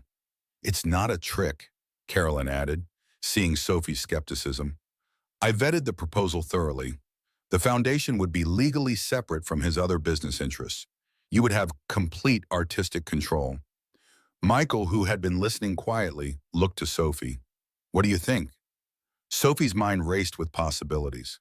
Working with children again, creating opportunities rather than performing for her father's approval, building something meaningful from the ground up. I think, she said slowly, that sometimes people surprise you. Even Raymond Collins. That evening, after Caroline left and Emily went to bed, Sophie called her father for the first time since their confrontation in the forest. The conversation was awkward, formal, neither fully able to bridge the chasm of hurt and mistrust between them, but it was a beginning. Raymond explained the foundation proposal in business-like terms, emphasizing the autonomy Sophie would have. She listened without committing, eliciting pointed questions about oversight and funding sources. "Why this?" she asked finally. "Why now?" Raymond was silent for a long moment. When he spoke, his voice held an unfamiliar hesitancy. "Because your mother would have wanted it. Because it's the kind of work she always believed in." Another pause. "And because I've realized some legacies are worth more than others." It wasn't an apology. Raymond Collins didn't apologize. But it was an acknowledgement. For now, that was enough. "I'll consider it," Sophie said, surprised to find she meant it. After the call, she joined Michael on the back porch. The night was warm, cicadas creating a rhythmic backdrop to their conversation as Sophie relayed her father's proposal. "You'd be amazing at it," Michael said with quiet certainty. "Those kids would be lucky to have you." Sophie leaned against his shoulder, his arm automatically lifting to encircle her. "It feels like a test," she admitted. "Can I work with him without being controlled by him? Can I trust his motives?" "Can you forgive him?" Michael added gently. Sophie considered this, watching fireflies appear and vanish in the small backyard. Forgiveness had never been part of her plan. Exposure, justice, escape, yes, but not reconciliation. "I don't know," she answered honestly. "But I think I want to try." Michael kissed the top of her head, understanding without words the magnitude of this shift. For Sophie, raised in the absolutism of performance, perfect or failure, brilliant or worthless, the middle ground of attempted forgiveness represented profound growth. "Whatever you decide," he said, "we're with you." The simple pledge carried more security than all her father's wealth ever had. The first threat arrived exactly 1 month after their return to the city. It came in the form of a small package delivered to Michael's workplace. A child's piano toy, its keys painted red like blood. No note, no fingerprints, but the message was unmistakable. Chen had not forgotten or forgiven. Michael brought it directly to the private security team Raymond had hired. The team leader, a former military intelligence officer named Diaz, examined the toy with grim professionalism. "This is a warning shot," she concluded, "designed to unsettle rather than harm." "It worked," Michael said tersely. "What do we do?" Diaz's assessment was blunt. "Increase security, vary routines, remain vigilant." "Chen is methodical," she explained. "He's establishing psychological pressure before making a move." That night, Michael and Sophie decided not to tell Emily about the threat. The child had only recently stopped checking closets and windows for bad men. They wouldn't reawaken those fears unless absolutely necessary. But as they lay awake in bed, Michael voiced the fear they both carried. "Maybe we should leave, start over somewhere new." Sophie turned toward him in the darkness, her hand finding his. "And then what? Keep running every time he finds us? That's not a life, Michael, especially not for Emily." "Then what's the alternative?" Sophie was silent, considering options they had discussed repeatedly over the past month. Finally, she said, "We use my father's resources against Chen." Michael propped himself on an elbow. "What do you mean?" "Raymond's connections, his influence. The very things I resented all my life." Sophie's voice held resolute certainty. "If Chen wants to play power games, let's show him what real power looks like." The next morning, Sophie called her father and accepted the foundation position with one condition: complete security for herself, Michael, and Emily against Victor Chen. Raymond's response was immediate and unequivocal. "Consider it done." What followed was a masterclass in the exercise of influence. Raymond Collins mobilized resources that transformed Chen's threatening gesture into a grave miscalculation. Financial audits were suddenly expedited. Customs inspections intensified at ports where Chen's shipping containers arrived. Minor regulatory issues that had been overlooked for years received renewed scrutiny. None of these actions linked directly to Raymond. He was too skilled for such obvious connections. But the message was clear to those who understood power's subtle language. Victor Chen had challenged the wrong family. The second package never arrived. Instead, 2 weeks later, Diaz reported that Chen had left the country abruptly, his American assets being liquidated through intermediaries. "Is it over?" Sophie asked during their security briefing. Diaz's expression remained cautious. "He's retreating strategically, not surrendering, but his ability to reach you has been significantly compromised." It wasn't the absolute closure Sophie had hoped for, but it was enough to begin building a life without constantly looking over their shoulders. The daily security detail was reduced, though certain precautions remained in place, particularly around Emily's school and Michael's workplace. Life settled into new patterns. Sophie launched the Collins Foundation Music Education Initiative, starting with pilot programs in 3 underserved schools, including Emily's. Michael continued his city maintenance work, but added weekend classes in small engine repair at the community college, discovering an unexpected talent for teaching. Caroline became a regular presence in their lives, her initial disapproval of Sophie evolving into genuine friendship. She helped Sophie navigate the complex dynamics of reestablishing a relationship with Raymond, offering perspective born from her own difficult family history. Forgiveness doesn't mean forgetting, she told Sophie during one of their coffee meetings. It means choosing to build something new despite the history. Sophie considered this wisdom as she prepared for the Foundation's first major event, a student recital featuring children from the pilot programs, including Emily. Raymond would attend, his first direct interaction with Michael and Emily since the confrontation in the forest. The morning of the recital, Sophie found Emily practicing intently, her small fingers moving through the simple compositions Sophie had created especially for her. The piece incorporated elements of Elizabeth Collins's style, unconventional chord progressions softened for a child's technical abilities. "Are you nervous about Grandpa Raymond coming?" Emily asked suddenly, her hands stilling on the keyboard. The term Grandpa Raymond startled Sophie. Emily had adopted it spontaneously after learning more about Sophie's relationship with her father. Neither adult had corrected her. The generational connection felt appropriate, even if premature, given Sophie and Michael's still evolving relationship. "A little," Sophie admitted, sitting beside Emily on the piano bench. "Are you?" Emily considered this with characteristic seriousness. "No, Daddy says he's trying to be better. Everyone deserves a second chance if they're really trying." The simple wisdom humbled Sophie. From Emily's perspective, the complexities of adult relationships distilled to essential truths. People make mistakes.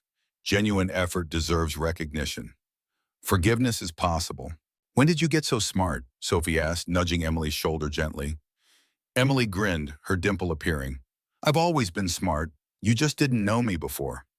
The recital venue was modest, an auditorium at one of the participating schools, transformed with simple decorations and a rented grand piano. Parents and community members filled the seats, creating an atmosphere of supportive excitement rather than critical assessment. Sophie stood backstage, watching as her students overcame nervousness to perform pieces they had worked on for weeks. Each child brought unique personality to their playing, some technically precise, others more emotionally expressive, all clearly enjoying the opportunity to share their progress. When Emily's turn came, Sophie felt unexpected nervousness flutter in her stomach. She found Michael in the audience, his encouraging smile centering her. Beside him sat Caroline, elegant as always, but visibly proud of her niece. And there, in the reserved seat in the third row, sat Raymond Collins. He looked different somehow, less imposing than Sophie remembered, more human in this community setting than in his usual corporate environments. Emily approached the piano with confidence beyond her years. She adjusted the bench carefully, positioned her hands, and began to play the piece Wopisenu had written. The melody unfurled like a conversation between past and future. Echoes of Elizabeth Collins' innovative style translated through her granddaughter's small fingers. Sophie watched Raymond's face as he recognized his late wife's musical signature embedded in the composition. His expression transformed, professional assessment giving way to genuine emotion as the connection between generations manifested through music. When Emily finished, the applause was enthusiastic, but nothing compared to the quiet pride radiating from her family. Michael, Caroline, Sophie, and yes, Raymond too. The complex web of relationships between them, once fraught with conflict, had transmuted into something imperfect but healing. After the recital, as parents and children mingled during the reception, Raymond approached Michael directly for the first time. Sophie watched from a distance, unable to hear their conversation, but reading the body language.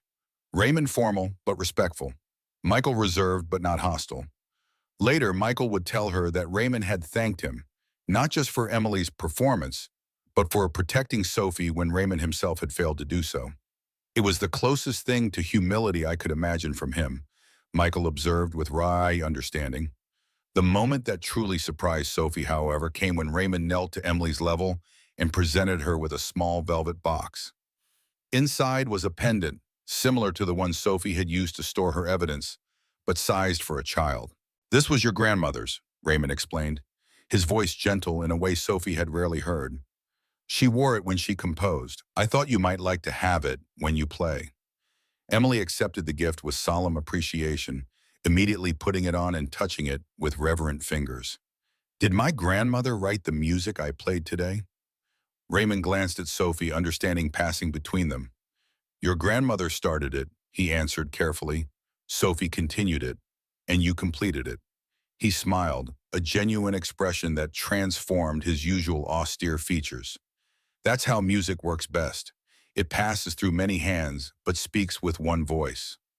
The metaphor wasn't lost on any of them. Family, legacy, forgiveness, all passing through generations, transformed but connected.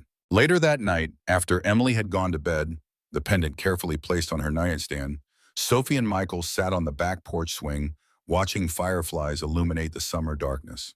He's trying, Michael acknowledged, his arm around Sophie's shoulders. I wouldn't have believed it possible. Sophie leaned into his embrace, considering the day's events. People can surprise you, she said, echoing her earlier observation. Even Raymond Collins. Even me, Michael added with self-deprecating humor. If someone had told me 6 months ago that I'd be co-parenting with the daughter of a music mogul and making peace with her controlling father, you'd have thought they were insane, Sophie finished, smiling against his shoulder. Completely delusional, he agreed. Then more seriously, but I wouldn't change any of it, even the terrifying parts. Sophie tilted her face up to his. Neither would I. The kiss they shared held the quiet certainty of people who had faced extraordinary challenges together and emerged stronger. Their story wasn't finished. Chen remained a distant threat. Raymond's transformation was still evolving, and their own relationship continued to deepen day by day. But the foundation was solid, built on trust earned through trial and choice rather than circumstance or convenience. Inside the house, Emily's music box played softly from her room, a new habit she had developed since the recital. The melody was one of Elizabeth Collins's compositions, now publicly acknowledged through the retrospective album Raymond had released. 3 generations connected through music. A family created not by blood alone, but by choice, courage, and the willingness to begin again. 6 months later, Sophie stood at the back of a small recital hall, watching as Emily performed in her first formal piano competition. The child's progress had been remarkable, natural talent nurtured by consistent practice and Sophie's guidance. Michael sat in the front row, his expression a mixture of pride and nervous anticipation.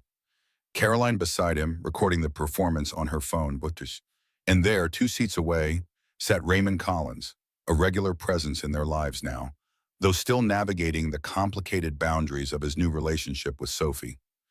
The piece Emily played was technically challenging for her age, a simplified arrangement of one of Elizabeth Collins's compositions.